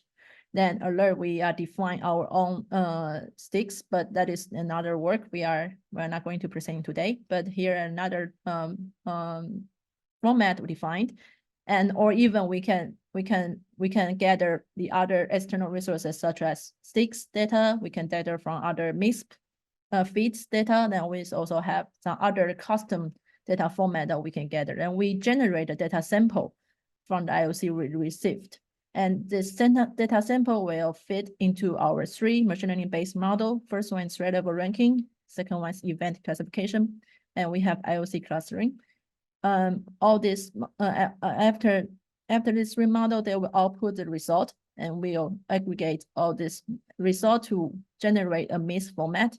And this MIS format will fit into the MIS core. And then we will use this different way to share this MIS information. So first of all, I would like to go through each module here. So the first one is IoT processor and data sample generation. So first step, we need to recognize the format of the incoming IOC. So it could be sticks, it could be mix or other custom format, JSON format or our tiny sticks format. And we extract the value from these IOCs. And we identify if there's any information such as threat level embedded information are missing. And we use different feature extraction techniques to different formats. So for example, in this work, we have test with sticks format and we design this feature set. Totally, we have like 40, around 40 features. And this one we are generated from mix format and we extract like 66 features from this set.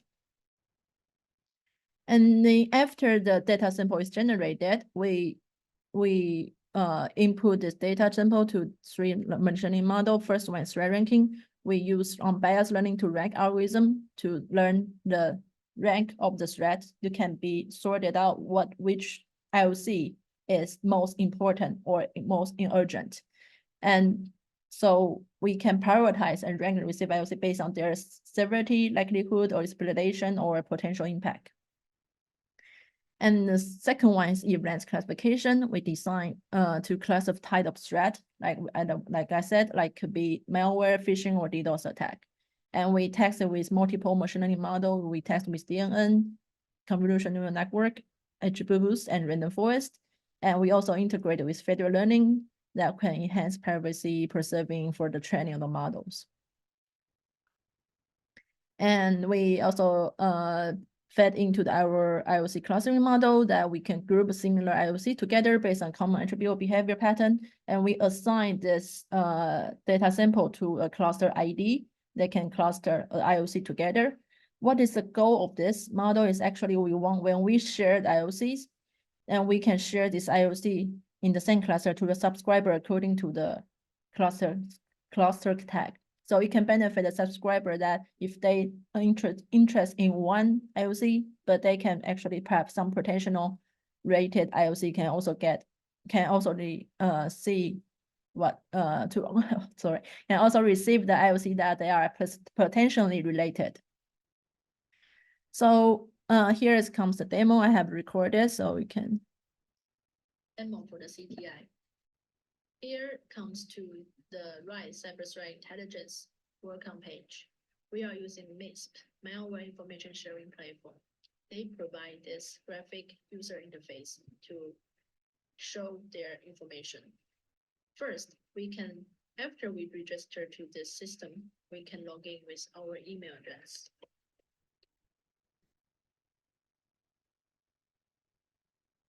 And the password. After we log in, you will see this dashboard with the list of events. First, you can see the rows. First row, in this example that we showed one attack information and it's created by us. In this demo, I will show you the procedure that we are getting the IOCs from the external resources, and we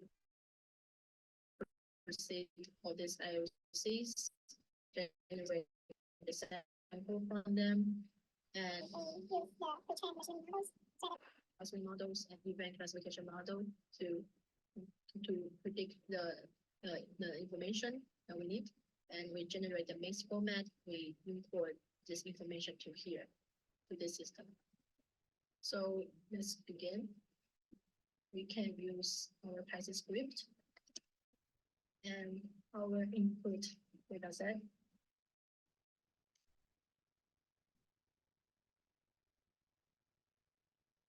It will take some time, but here comes the log. And as it shows, we are loading the test IOCs and we are start generating the data sample from these IOCs.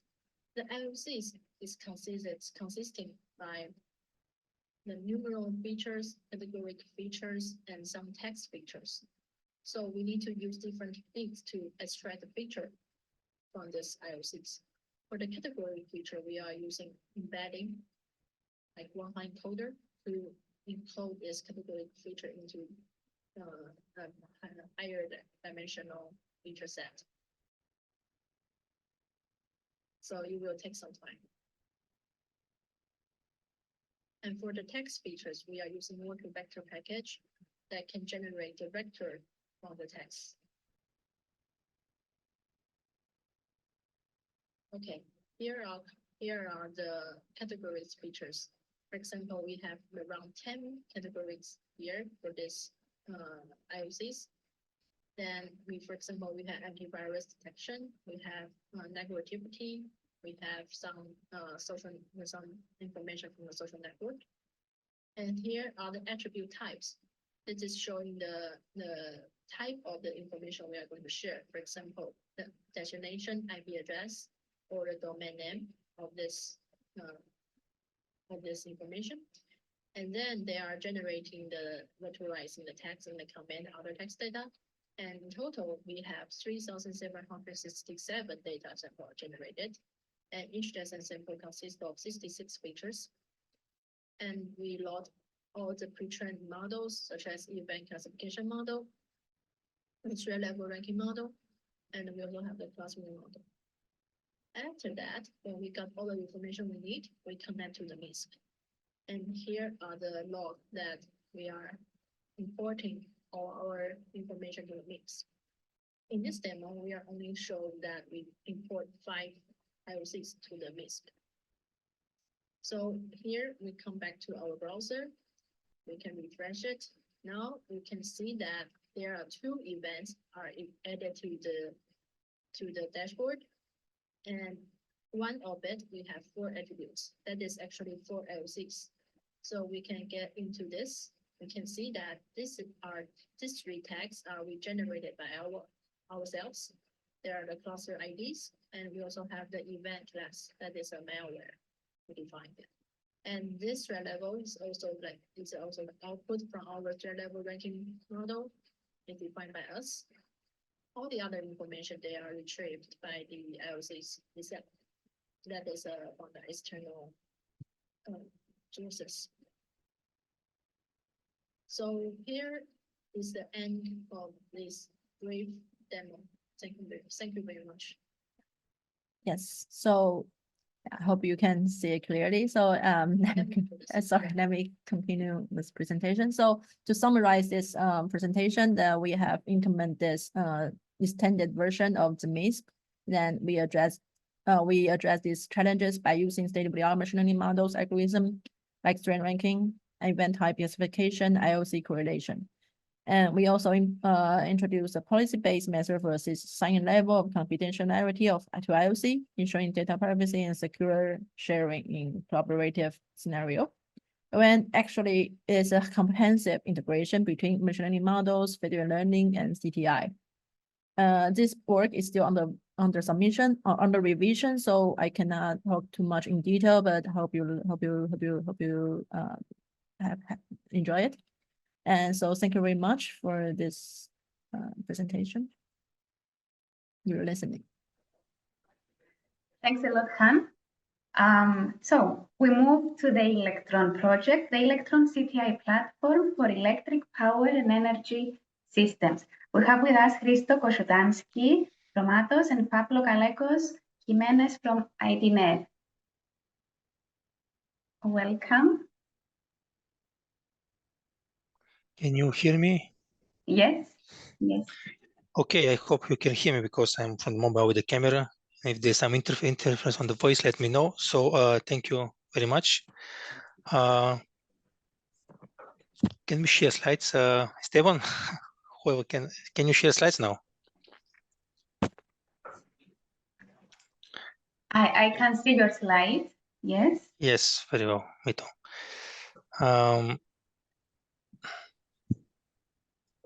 So very well. Thank you very much. I see them not in full screen, but suppose it's not in full screen yet. Let me try, Risto, because I'm having multiple monitors and it's showing the full screen and another monitor. So let me try change the monitor, if you don't mind. Just a second, okay?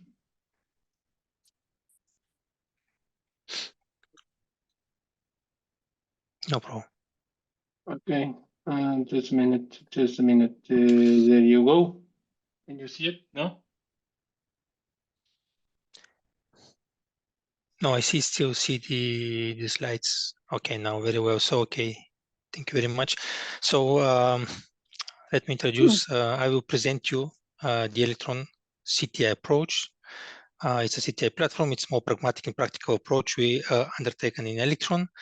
My name is Hristo Košutansky from Eviden R&D department, and my colleagues Pablo Gallegos and Esteban Armas will complement my presentation with additional information about the two components which form part of the CTI platform, and short demonstration, hopefully not video, will be a live demonstration of our technology.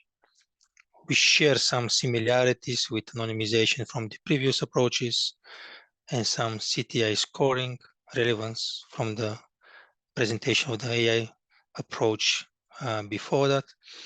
Okay, so briefly, what is Electron? Electron is for resilient and self-healed electrical power nanogrid. So here we are talking in the domain of energy. The power grid infrastructure needs to be monitored and needs to be protected.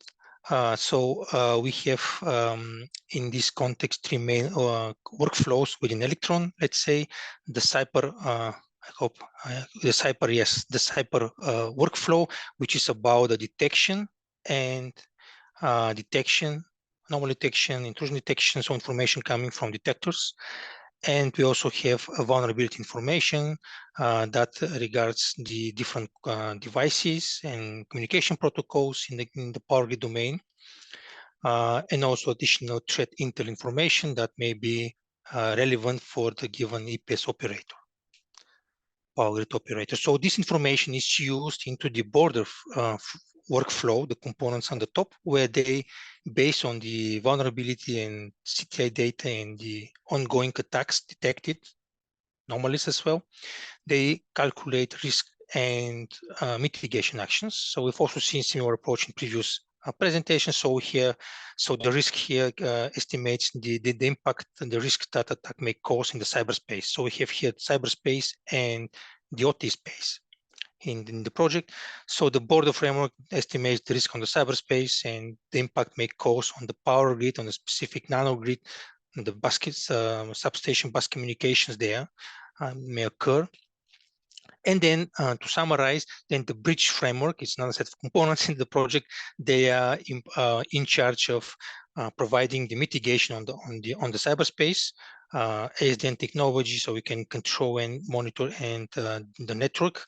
So we need to enable some ASDN enabled components needs to be there to make the cyberspace mitigation actions applied on the substations communications. And also we have in the bridge framework, we have the workflow, the mitigations on the OT space, which is important. So from the cyberspace, detection of attacks or vulnerability information is used to trigger some eventual mitigations on the OT space, on islanding, for instance. If there's under attack, specific part of the subgrid needs to be isolated or reconfigured so that the electricity and the energy is not disturbed and the attack is mitigated, the impact of attack is mitigated to the extent possible. Next slide, Esteban, if you can go there. So, the information sharing in energy community. So there we have also we have two components. Let's say one is the CTI SharePoint, which is allowed to so for an operator to receive information and to share information with the vulnerabilities from its domain, from its infrastructure that it's operated by the operator. It's the SharePoint, actually CTI SharePoint is used to do enhanced anonymization and security, enhanced sharing as well. So you can encrypt part of the data, part of the MISP object that you want to confidentially share with some other stakeholders, while other part of the MISP object data can be freely shared. So you have this flexibility and utility on the SharePoint, on the CTI SharePoint that we can name it. Another component relevant for our approach in Electron is the Threat Explorer. So what we need here is a requirement is to extract vulnerabilities from the public open source intelligent resources, so on a regular basis. So we need that information on our platform on a regular basis and need to have to offer anonymization and security enhanced sharing with other stakeholders. So this is the key characteristics, let's say, in requirements. Okay, so as already we've seen, we use also MISP technology in the backend to integrate with the other stakeholders infrastructures, MISP infrastructures, sharing nodes, let's say, and we have a front end which allows us to actually visualize, not only to visualize, but mainly to provide some security policy specification that allows to encrypt and controls what levels needs to be confidential, what fields of the object needs to be anonymized when shared, and thus these are the preferences of the operators. And we have CTI scoring, which is objects needs to be known. So an operator needs to know what, how much vulnerability, for instance, is relevant for each type of assets, devices, software, hardware. As we have seen even in the first presentation of CrossCon, there is also a range of vulnerabilities on the very low level, which is on the IoT platforms, and T is there. So all this information is really needed for us to find first relevance to the given operator's infrastructure assets. And the Threat Explorer, as I said earlier, we need that information on a daily basis to be retrieved and given to us to our platform. And that needs a suitable architecture in behind to make such scheduling for vulnerabilities retrieval from public repositories. And what we also need here is specific data. We're not interested in more generic data. We need specific data for the operators. We know that in the power grid substation communications and automations, there are a number of industrial protocol for communication, so for monitoring and controlling substation components and equipment and processes there. So this is IEC 104. The European standard DNP3 is more for the American, Latin American, and US standard for substation communications. Modbus, well-known OTA protocol. The IEC 61850 is also a very important protocol, which we also requested and need vulnerability relevant for such protocol implementations. We have different device manufacturers. So this is specific for the power grid domain requirement that we need on a daily basis to be retrieved and given to our platform. Okay, so probably that's from my side. I will now pass the floor quickly to Pablo Gallegos from IDENR. He will briefly present the Threat Explorer component, and that will be later followed by the short demo of our CTI platform. Pablo, would you like to join here? Can you hear me? I can. Okay. Hello, thank you very much, Risto. Well, I'm going to tell you a bit about the Electron Threat Explorer. As Risto has said, the main objective of this component is to discover and analyze vulnerabilities that has been discovered that can affect to the Electron domain, concretely to the EPS operator. They use crawler and open API to read and crawl different website and database that are related to cybersecurity and publish this information. Of course, it can be configured to different way of work, but we have this analyze and see that analyze this data source every 24 hours is the better way to do it. And once this vulnerability has been analyzed and decided if they are relevant, are shared with the Electron SharePoint that will be explained later by Esteban. That also is going to inform relevant Electron component and trigger some mitigation process if it's necessary. Next slide, please. So one of the most relevant way of work that we have analyzed is that the end user thinks that vulnerability signs 2020 are still relevant. So we have analyzed all this database and we have gathered almost 600 vulnerability that can affect to the EPS domain. We have tested two different approaches to evaluate if they are really relevant for us. We start with machine learning, but the results were not pretty good because it needs more resource and more time to need similar data than the other approach. probably it's because there are no good enough data set to train the model.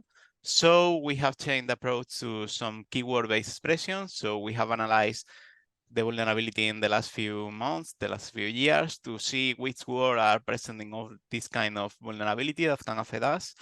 And we have put a set of keywords that can be, of course, modified and can be incremented in the future. You can see here the list, but as I said before, some protocol really important and some specific device. So next slide. As you can imagine, there are a lot of website database, open source intelligent database that can publish this information. During the development of this component, we analyzed almost 50 different data sources, and we achieved the conclusion that we only want to analyze that one that were the first to publish at least one relevant vulnerability for us. So here you have the list that we are working on. Of course, this list can be add more resources if they are fine, but in our analysis, no new vulnerability will be added with other data source. So next slide, and I think it's all from my side. So Esteban, you can follow with the Yeah, sure. SharePoint. Thank you, Pablo. Thank you, Risto. So let's jump into the SharePoint. SharePoint is a component of the Electron framework. We work hand in hand with the Threat Explorer, basically, to come up with this solution. The SharePoint itself has two main functionalities, basically the sharing and the enrichment of the event with the score calculation that already mentioned Risto. So the enrichment and scoring or scoring basically means that we calculate a risk or a threat level score based on different heuristics that we managed to get from the vulnerability objects from the miss event.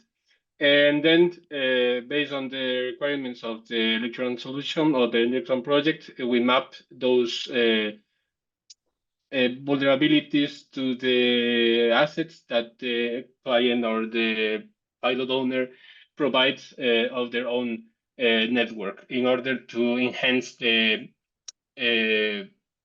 capability of the solution for the analyst to review the threats that are more focused on their own topology, right? So that is regarding the event enrichment. So the sharing capabilities of the SharePoint basically means that we ensure the confidentiality of sharing CTIs among MISP network by anonymize the IOCs using Masquerade basically, and also we encrypt those other IOCs that wants to be shared on the network to be only read and used by those users, organizations, or roles involved on the network. So basically, we fine-grain the solution of sharing information among different organizations up to the level of users, individual users. So regarding the types of objects that we currently analyze, at least on the Electron project, we can use and analyze, as I say, vulnerability objects, putting in red the ones that are required and the other that are in black are optionals. Then regarding IOCs related to IP addresses, then we also can use, encrypt, analyze, and share file objects. And since we want to be on the critical infrastructure types, not only the electrical ones, but also the financial sector as well, we can also use and analyze the financial objects such as BTC wallets and other informations. Regarding the CTI scoring, as I say, we use different features, different heuristics to calculate this score.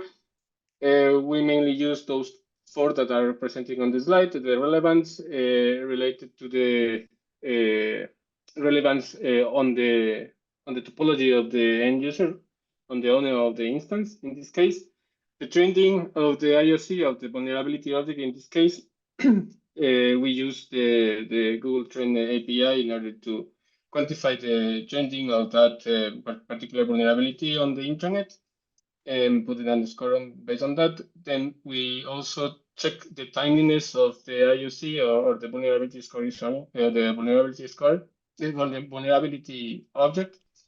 And then we check the completeness in order to quantify how much information, how much context the object brings to the system, right?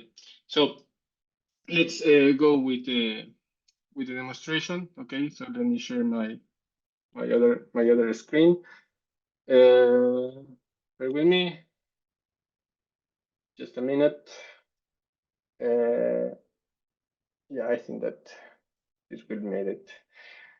Just a second. There you go.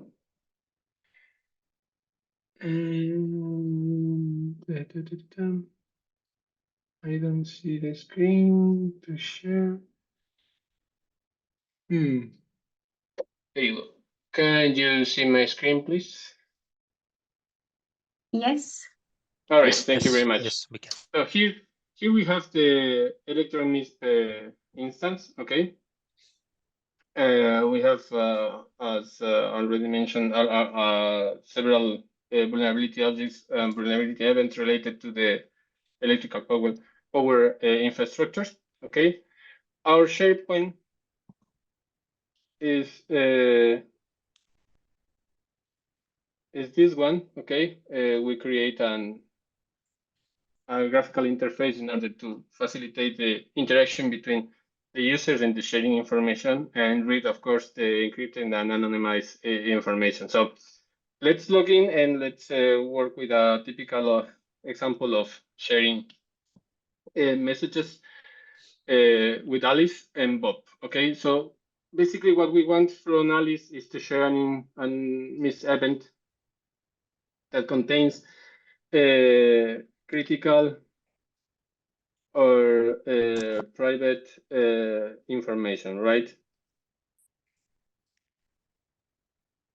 And we want to share with Bob. So in order to do that, first we need to select Bob as the receiver. Then if we want to modify the ways that we are going to share these IOCs, for example, we want to encrypt this particular IOC, we want to anonymize this other one, if we want to encrypt this other one, and if we want to left as a clear text the last one, we can leave it. We also can define the time window in which the user can read, analyze, or use the IOC. So for the example, in this case, we want to be accessed by Bob up until tomorrow. We also can add some different tags for the event to be more accurate. So let's add this one. And then we can share this event. If we came to the instance, we can check that the new event is already put it. I'm sorry, this is because I didn't put to encrypt this one. So we want to encrypt the information so we can create another one. Okay, so there you go. Sorry, that's the online issues. So as I was saying, so if you can see the event that we shared before, it's on plain text, and the other one, the new one that I already put to be shared by encrypting the info of the event, it's not human readable. So also the other parts of the event are already encrypted and useless for anyone that wants to be that wants to analyze or read or came up with this, bump it up in this event. But if we go to the account of Bob, we can check that we already received 2 events in this case. The first one, the one with the 32 ID, is the one that it was the info in clear text, and the 33 is the one that is an encrypted info. So we can go in there and check those IOCs that we encrypted to be shared already decrypted, and the information can be only accessed by the user that we want to share with. So it's not easy for other ones to access those IOCs because we use something that we call sharing agreements, in which we ask that particular information to be used by our platform and to ensure and secure those information that we want to share with the rest of the organizations. Regarding the types of information that you can find on our MISP instance, in this case, for example, regarding the score that we were talking about earlier, this is the score of the threats based on the analysis of the different information that already mentioned, the 4 heuristics. We put it as an attribute, and also we added as a taxonomy for in the instance to be easily to categorize and access by the analyst. Also, we use different taxonomies based on the type of industry, based on the type of vulnerability, based on the type of threat as well. And the mapping of the threat based on the infrastructure that the client provides is also included as an attribute to facilitate also and to quantify the possible impact that this vulnerability could have on the network of the client at the end. So this is what we can mention about the SharePoint platform of the Electron project. So if you have any question, please don't hesitate to ask me. Thank you very much.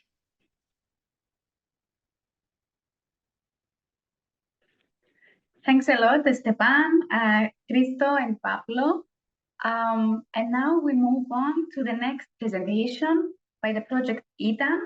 We're going to listen and see the demo of the Heimdall tool, dynamic threat detection tool. We have with us Unai Sandy. Welcome. Thank you, Christiana. Let me share my screen right now. Okay, here.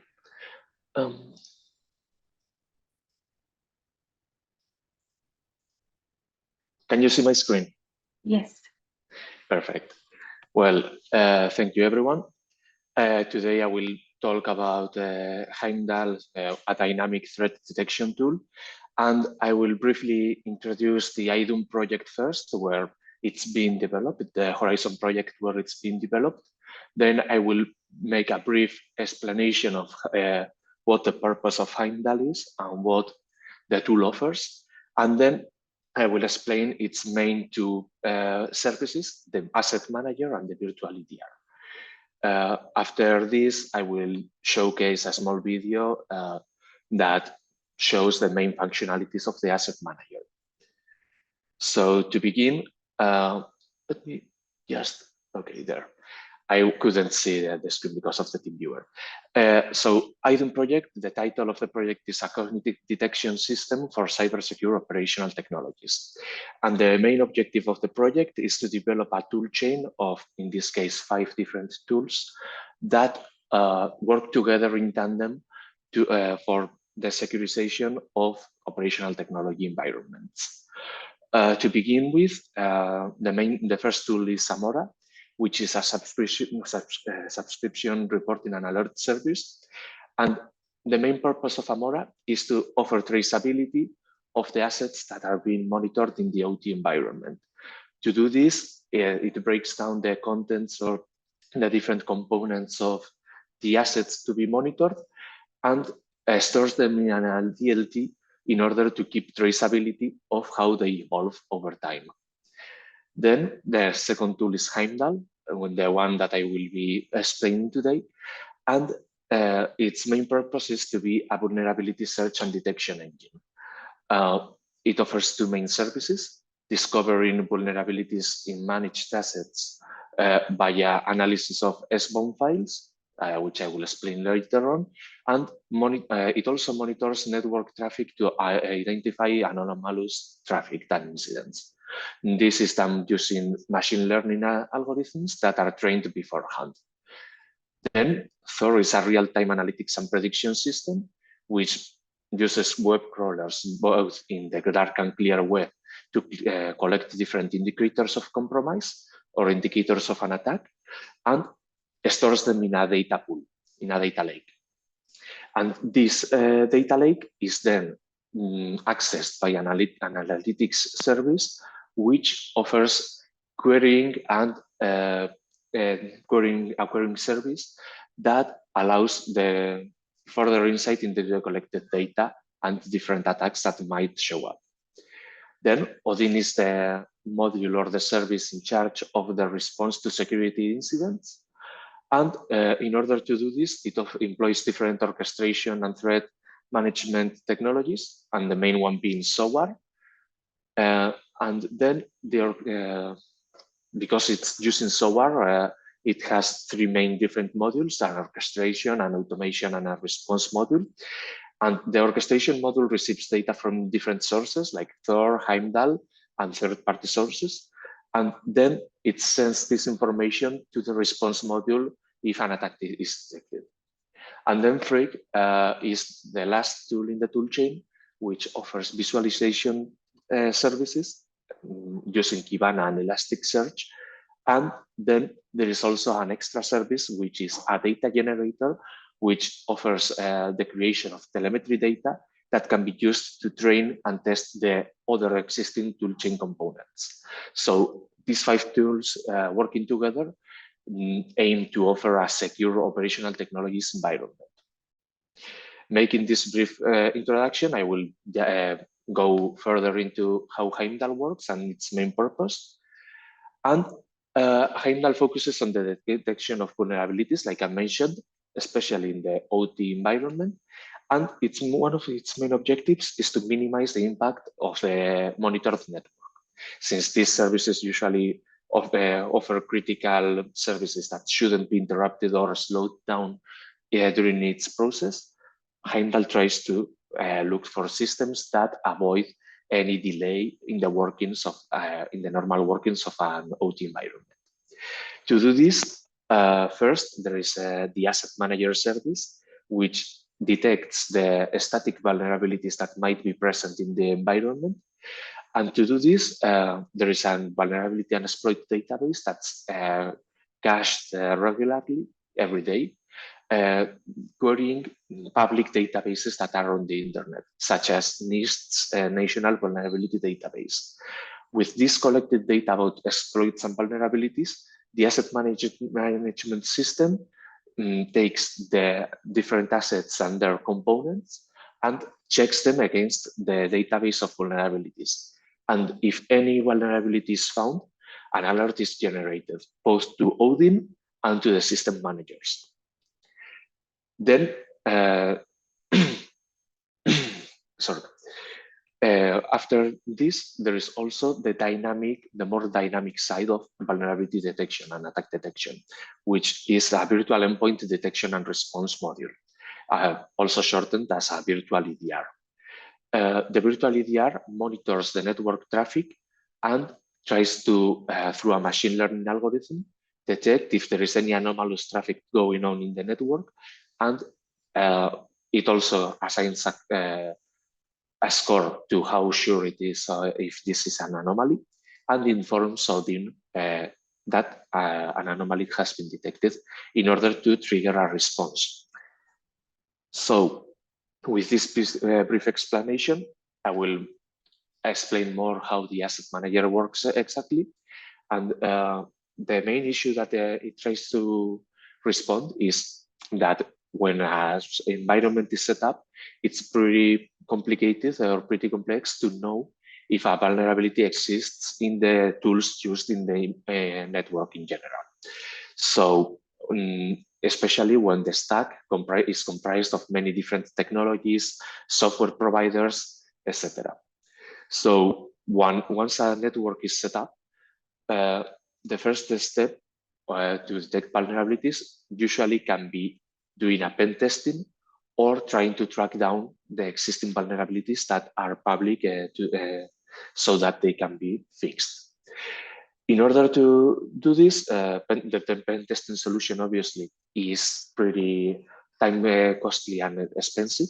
So trying to automate the collection and comparison of the public information can be sometimes faster. Heimdall does this by taking information from the network server via SBOM files, software bill of material files, and then using the public information that, for example, you can find out about Cisco or Ubuntu 18.04. This information can be extracted and applied to the network. So, for example, when a network is first declared, a certain number of vulnerabilities can be found for each different component of the network. And I think we have already discussed it in the previous meeting that we had. Can you hear me? Yes, tell me. Yes?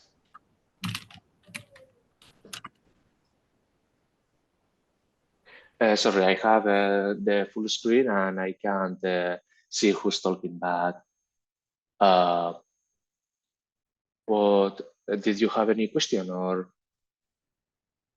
I think that the participant didn't mute his microphone, so it's not a relevant question. Yeah, my bad. Thank you, Christina. Well, the objective of this vulnerability management is to make sure that over time, no new vulnerabilities are appearing in the system besides the ones that are already known. So if a new one is detected, it should be reported to the network managers so it can be addressed, either accepting the risk, the potential risk, or trying to manage and fix it. So when, for example, an initial scan is done on the network server, a certain number of vulnerabilities might exist. But for example, if the next day a new vulnerability is published in the NIST, by the NIST, then it should be added to the existing vulnerability count and addressed by the system overall. So once that information is collected, not only the information about the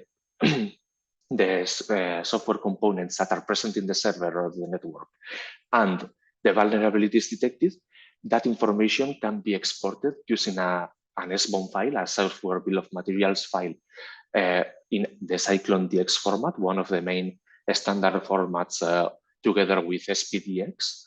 And this should help the information to be more readily accessible to the network administrators. To further increase this, one of the main purposes of the Cyclone DX SBOM file is that it can represent a wide range of different devices. And with this, we expand how much Heimdall, where the types of environments where Heimdall can be deployed. So this is the main purpose of the asset manager. And then the virtual EDR is as I mentioned previously, the network monitoring tool. And in order to minimize the impact that this constant analysis has on the network, especially on the communications, this analysis, the network traffic analysis, is done outside of the surveilled network. So in order to do this, you can see on the first step that we have a network under surveillance, and using port mirroring in a network switch or router, we also duplicate the network data to the network where the virtual EDR is. With this, we are not putting an extra step in the network process, but we can still conduct the data analysis. So firstly, when the port mirroring is done, it goes to a Suricata server, which contrasts the information or the data with the rule set in order to block malicious data that is already known to be malicious. And after that, that information is sent to a machine learning model with a different host of different microservices that interact all together in order to detect if there is an anomaly in the network data, and if anything is detected, it is sent, that information is sent to Odin via an AMQP broker. So Odin can then, after receiving this information, can decide if a response is needed in this case, and if the response is required, it will send a message back to the broker to the virtual EDR and will create an extra rule in the Suricata broker or in the Suricata server so that it can block that data further on. And after this process, this continuous process of network monitoring, the rules that are created and the current rule set can be exported to CM and SOC services. So this further helps the creation and maintenance of that monitoring service. Then I have the Heimdall demo, and to try to stick to the scheduled time, I will go briefly over different parts of the demo. Okay, so here you can see Heimdall's main dashboard, and it has two main parts. One's the asset manager service, where you can see, we will see how assets are defined, shown, and managed. And then there is a catalog that allows to query the data, the CVE, the vulnerability data, and the different product data that is currently stored in the Heimdall cache. So first, this basically shows the CVE data briefly. And as you can see, there is like 200,000 vulnerabilities stored in the database currently. And it shares an ID and a score, a vulnerability score, which would indicate how much of a threat it could be to the server.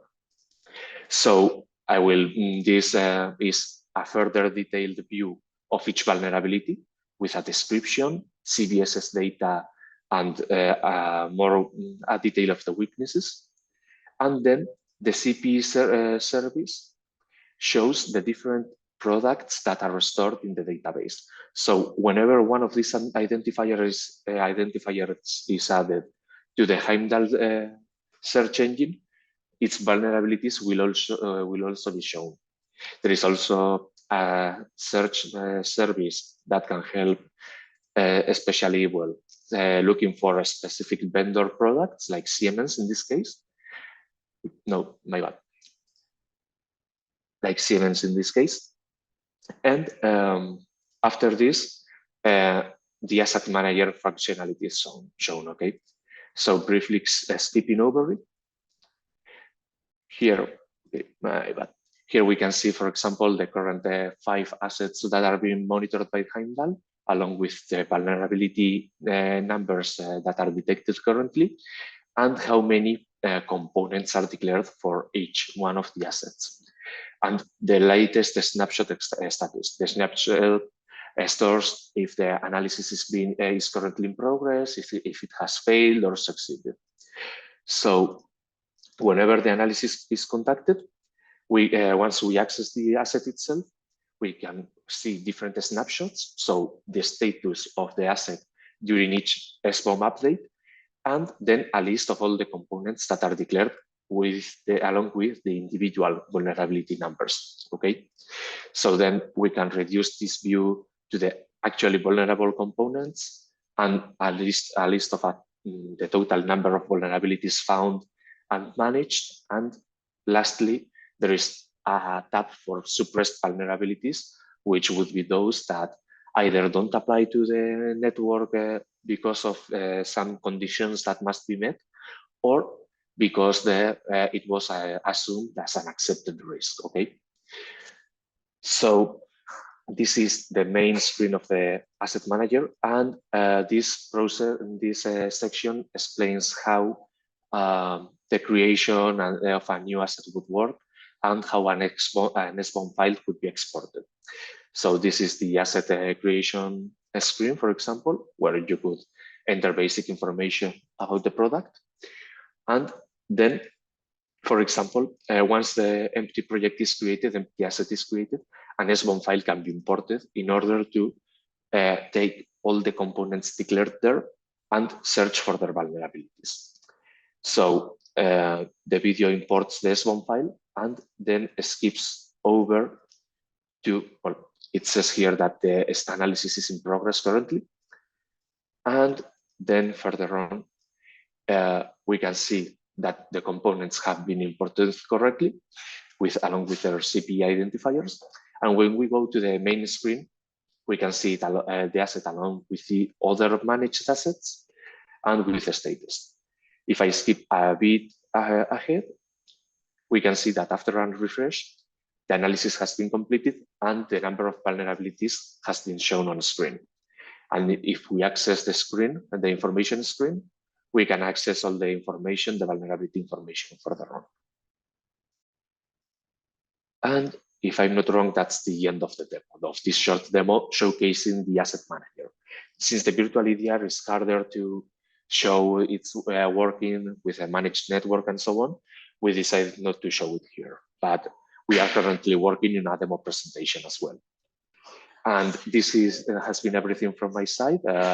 This is my contact information. If you have any questions further on or want to know more about IDUN project or Heimdall, and I will be very glad to answer any questions you might have later on. Thank you, everyone. Thank you very much, Mai. And I am glad to welcome my colleagues, Anaela Bihan from Entity Data and Arnold Spiros from CERT, who are going to present the second project, AI-based cyber threat intelligence in healthcare ecosystem. The floor is yours. Hello. Thank you, Christiana. Can you see my screen? I'll put it full screen. Yes, yes. Okay, great.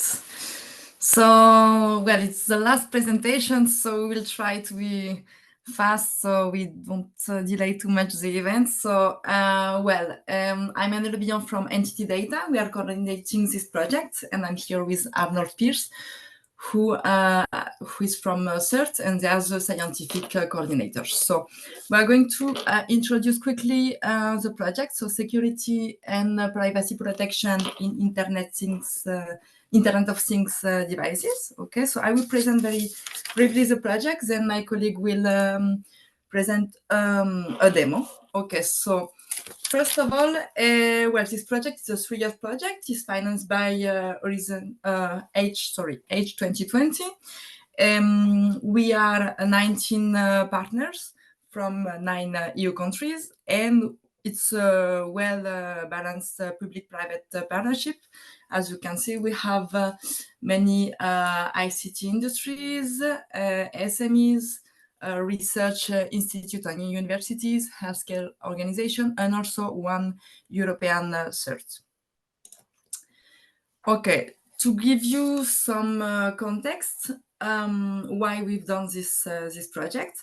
So the industrial sector is experiencing number of changes in the last years. So there is new models of remote delivery, especially in complex ICT infrastructures, which increase the potential the potential impact of cybersecurity breaches. Also, the level of security awareness is still very low compared to the potential of security breach in critical sectors. Here in second, we are focusing on healthcare. So it's a sector which is constantly increasing data-driven ecosystem with sensitive data, which is critical. So the need here is to understand the risks and to complement traditional platform-specific and attack-specific countermeasures. So what is the main goal of Second?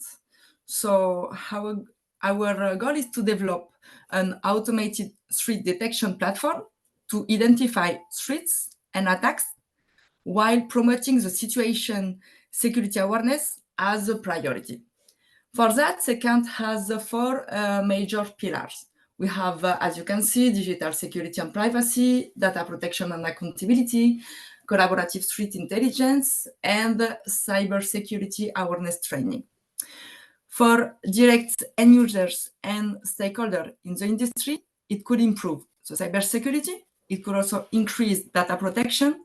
For example, adopting a digital security solution as well as security training. So for the second platform, it will be validated thanks to 4 use cases. So the first use case is, as you can see here, is about protecting the connected ambulance of the future.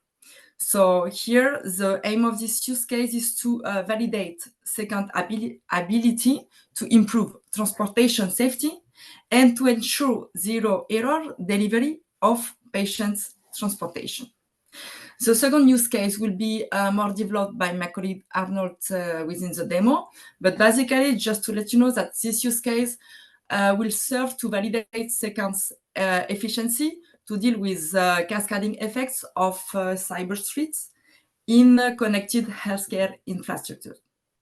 Our third pilot aims to validate the capacity of Second to ensure data protection when operational data is exchanged within the healthcare supply chain. And finally, our last use case aims to validate the capabilities of our second platform, cybersecurity training modules. Okay, something also we want to highlight here is the innovation bring by Second. So the main innovations of Second are to develop innovative risk analysis methodology, also to offer real-time information sharing capabilities, also to introduce innovation in the field of trust and accountability.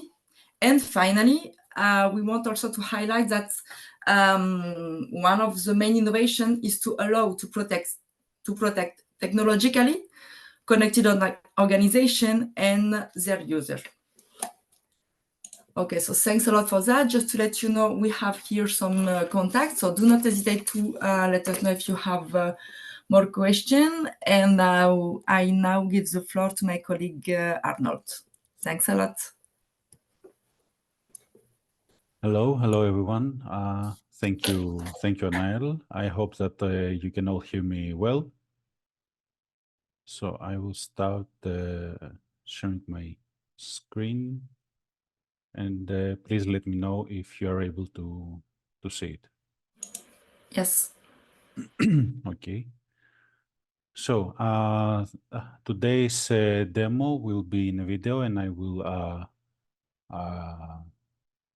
explain as the video goes by, and we will see the threat intelligence module of Second, which is the module which is responsible for gathering, analyzing, enriching, and finally sharing cyber threat intelligence within Second. So among the tools of Second and to the external stakeholders. So starting here, we have the dashboard of the threat intelligence module. So we have 3 main crawler categories here. We have the web crawlers, seen here. We have then the social media crawlers, which comprise of the Reddit crawler and the X, formerly known as Twitter crawler. So starting from the web crawlers, here we have the main user interface. We have here, starting from the upper side, the URL that we want to crawl. It is a target URL. And here we can apply different settings before we actually start calling the source. So we can filter by domain, which means if the crawler identifies hyperlinks which refer to different domain within this target URL, it won't go there because we want to stay in this domain. Then we have the depth, which counts the slashes that we want to go in, how deep we want to go. So here, for example, we have 1, 2, 3, and 4. The depth is 4. We can choose to monitor this specific source in terms of days. We have the focused color here, which basically filters the content of this target URL based on the threshold that we have. So the filtering is done in terms of its relevance, the content relevance to the cybersecurity or CTI domain, based also on the threshold that we set. So 0.1 means 10%, 20 means 2 means 20%, and etc. until we reach 1, which is 100. And finally, we have the evasive color, which simulates human behavior. So in this way, we can gather content from the target URL that the actual human would view in his or her browser, because some sources provide different content to crawlers and different to humans, meaning that for crawlers it is more high level, while for humans the information is more rich, and this is what we want here.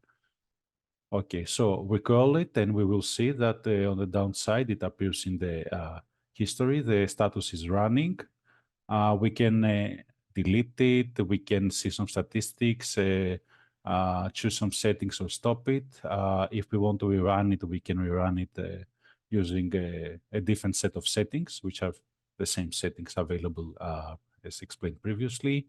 We can see some statistics here, and they are updated as the crawling goes on, and some statistics are not applicable until we gather a sufficient amount of content, or it depends also on the type of the content that we gather. So going back to the dashboard, to the main dashboard, we see that web results here are increased to 2. We have gathered one more web document from the crawling that we just done.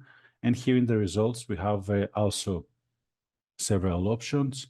So we can search for a specific keyword in the results if we want to limit our results to a specific keyword. So here we tried the ransomware. We found 3 documents. We can sort it by several options and choose the sorting direction in ascending or descending order. Okay, so this is for web crawlers. Now we move to Reddit. In Reddit, we choose the subreddit name. We have fewer options, but they are more or less the same as for the web crawlers. So they're focused on the monitoring. And the last one that we see here, the 10, is the number of posts that we want from this subreddit. So we have already ran for cybersecurity. So let's run it for CV Watch. We set the threshold to 0.1, so we want the relevance of 10% to cybersecurity, and we want to limit our crawling to 2 posts. Okay, similar to web crawlers, it appears down here. We can again crawl it with different options. Okay, and once we click here on the sorry, the keyword, we can go to the Reddit crawler dashboard, and we can see the results that we got back. So for CV Watch, we actually see here 2 posts as we selected. We want only 2 posts. We see here also the first post has 2 comments, the second one has 1 comment.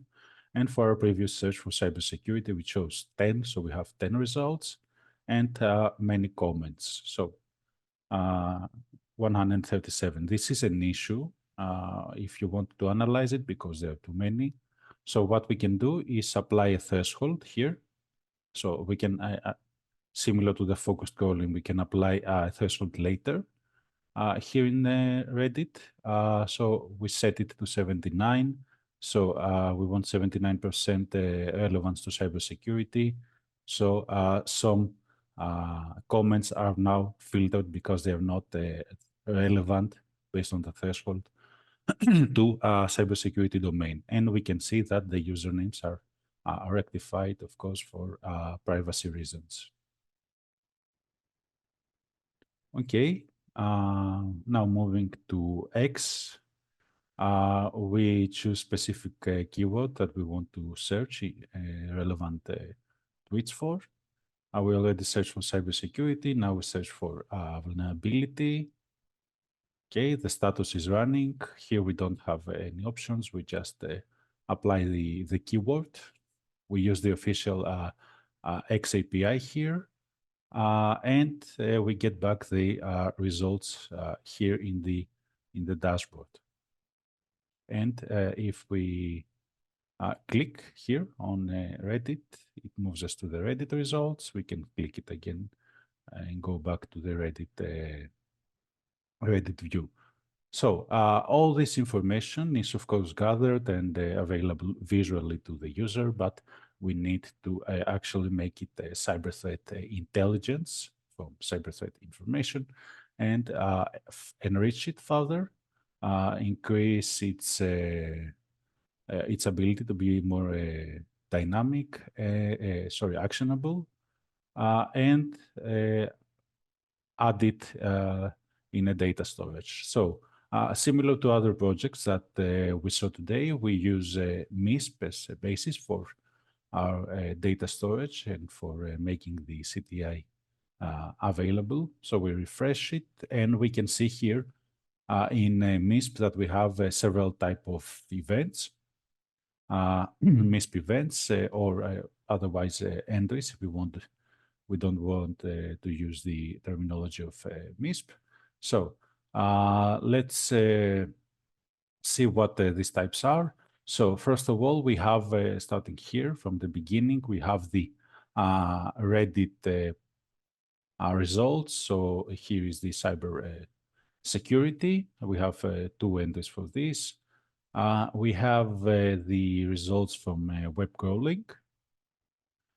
We have the results from X. So we have this, for example, tweet stopped here. And then we have CVs, different CVs, which are gathered on daily basis from the official NVD database. And for some entries, as we store them and they are analyzed, we can see that we have some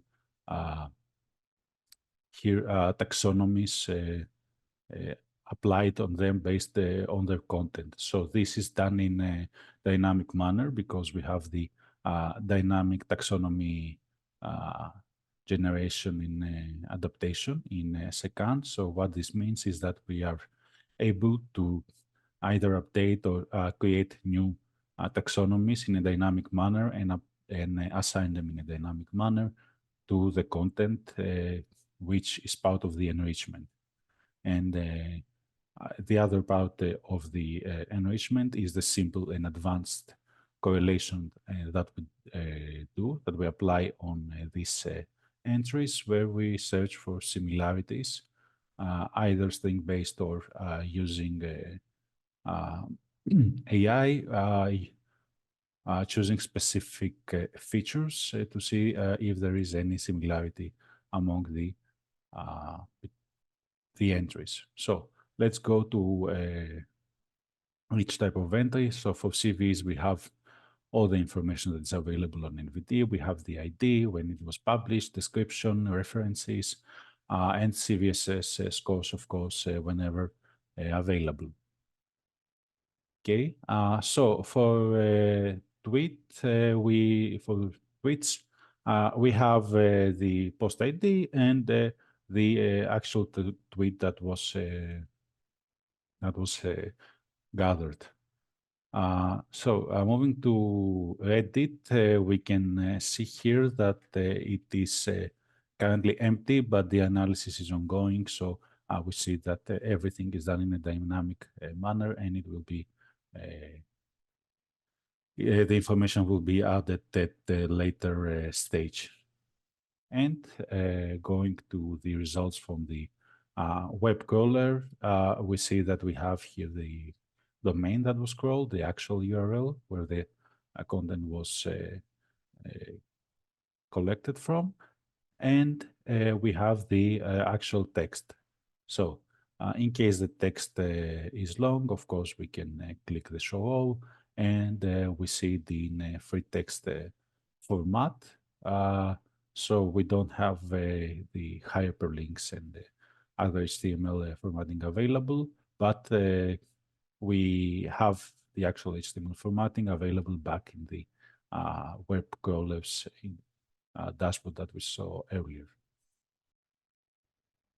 And yeah, this concludes the demo. So thank you all for your attention. And we are open to any questions that you might have during the Q&A session. Many thanks, Arnold and Anael. We are open to questions for the 4 projects that presented their demos. Arcadian IoT, Electron, Ethan, and Secan.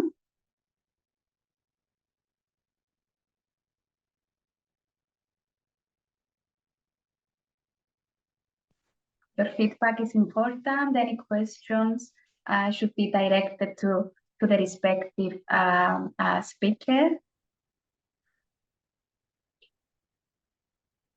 I may have one question from my side, speaking.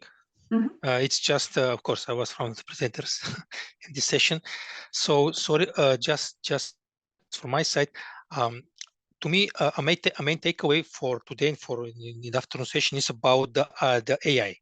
So we know CTI, threat intelligence and vulnerabilities, deficiency in these models, they might be appearing a very promising domain of research and investigation in the upcoming years, understanding, for instance, what metrics may be used to generate CTI for specific type machine learning algorithms, models that are used. For instance, an operator of a system, and any of our projects, we use heavily AI. Practically in every component, if I'm not wrong, from today's presentations, they adopt AI. So my question also was to the speaker of the Shen from University of Dublin College. So how these metrics there can be used for CTI threat intelligence generation?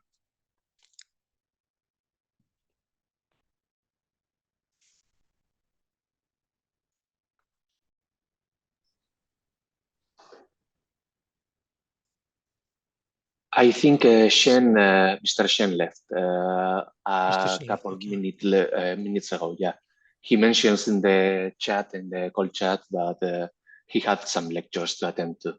Okay. So to me, this is a relevant point because the heavy use of AI nowadays actually implies also how much CTI data for the AI models there can be generated and factored out in our systems, so that we can also get some intelligence for that. I think Arnold would like to add something on this. No. So it's just raised on 4 questions later. Yeah. Okay.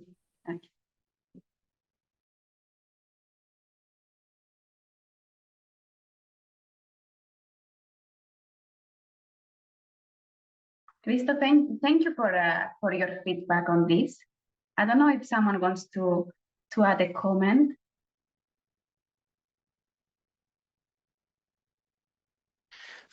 There's no need to be added a comment here. Just that is a remark that trustworthy AI means also a sort of intelligence we need on that and to be processed by our systems and be connected with other components, because it's not enough that you have vulnerabilities or intelligence on other type of components, but AI itself is not covered.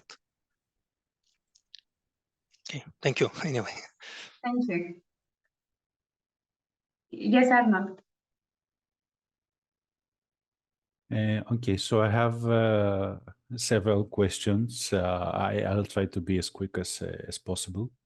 So I have 3 questions for the Electron project.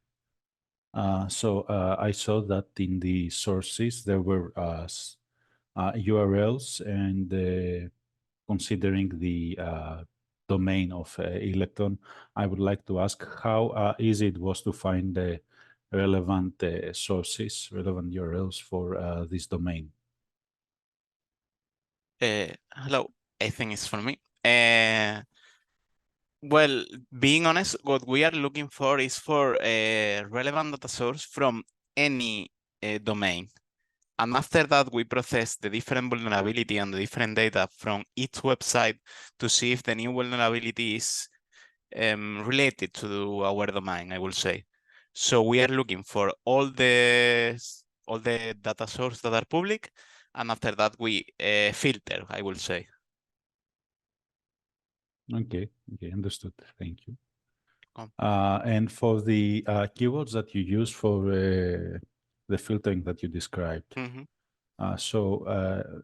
how you selected these keywords? I mean, it was derived using a specific process. It was just a brainstorming.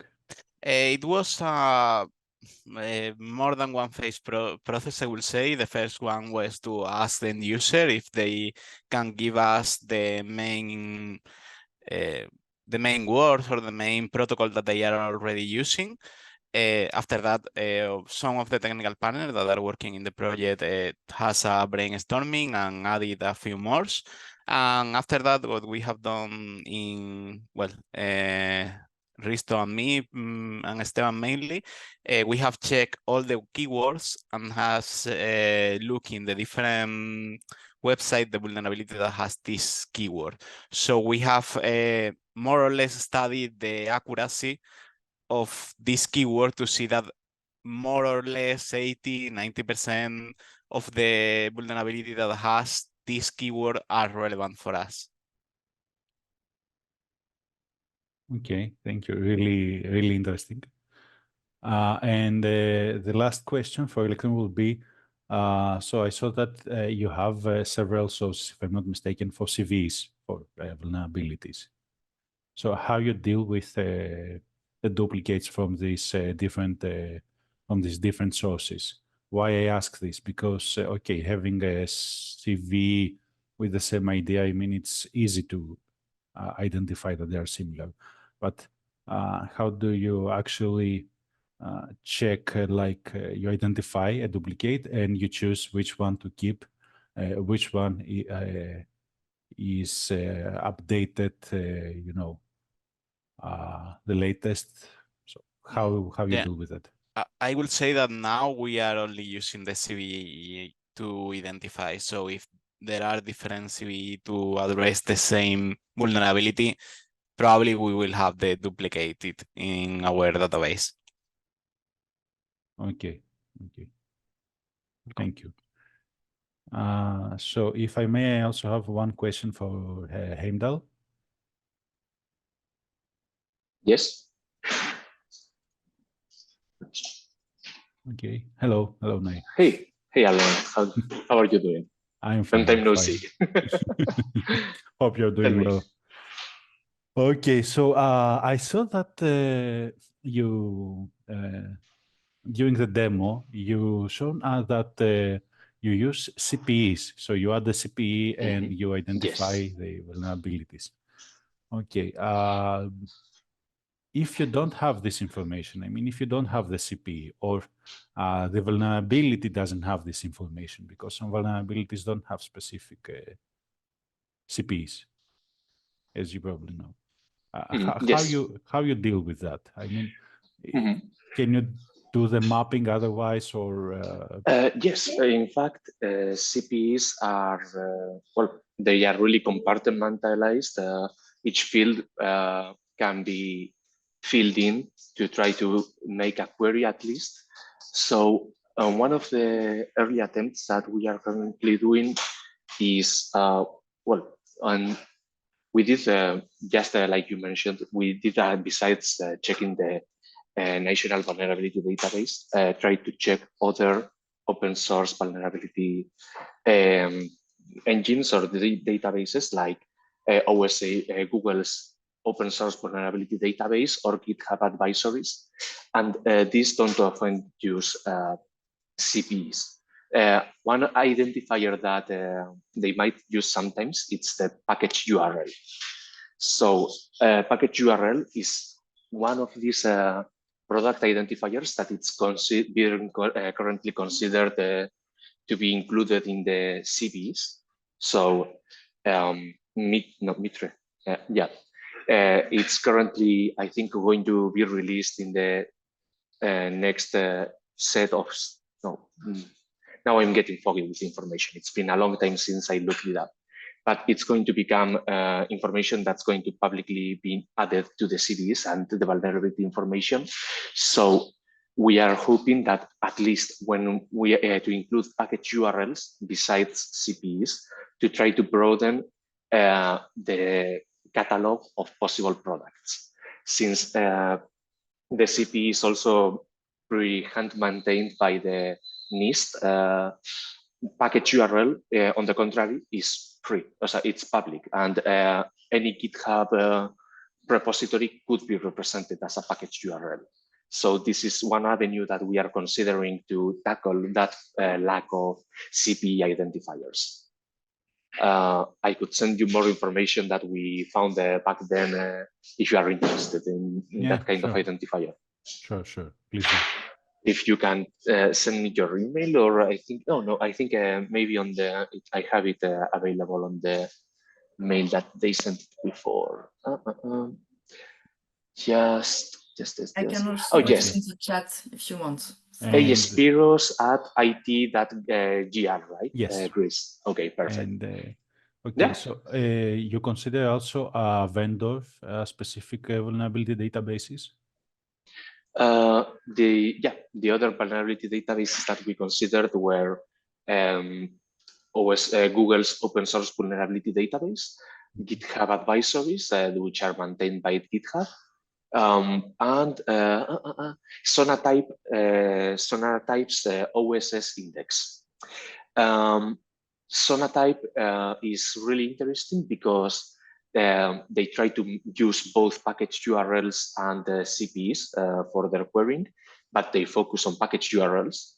So, and it's a pretty complete database that works quite well with NIST's National Vulnerability Database. So I think it's one avenue that we considered back then, but left it aside since it wasn't a project's priority, right? Including more sources, but it is something we are willing, or we want to look more into it in the future. Yeah, and if you want, I will send you all these databases, their URLs. In our experience, just so you know, the main problem with GitHub advisories and OSV is that since they are open source vulnerabilities, sometimes the information that these vulnerabilities contain can be quite incomplete comparing with NIST's CVEs and so on. Since both the ID system and the information they contain can be more dependent on who is publishing that information. Okay. And since it's public, there is no strict control on this, except on GitHub, which does handpick some CVEs and complete, and I don't know how they call them, but officially review them or some in some sort of way. Okay. I'm more than covered. Thank you. Waiting for your email to get more to that. Thank you. Sure, you're welcome. Any more questions for our speakers?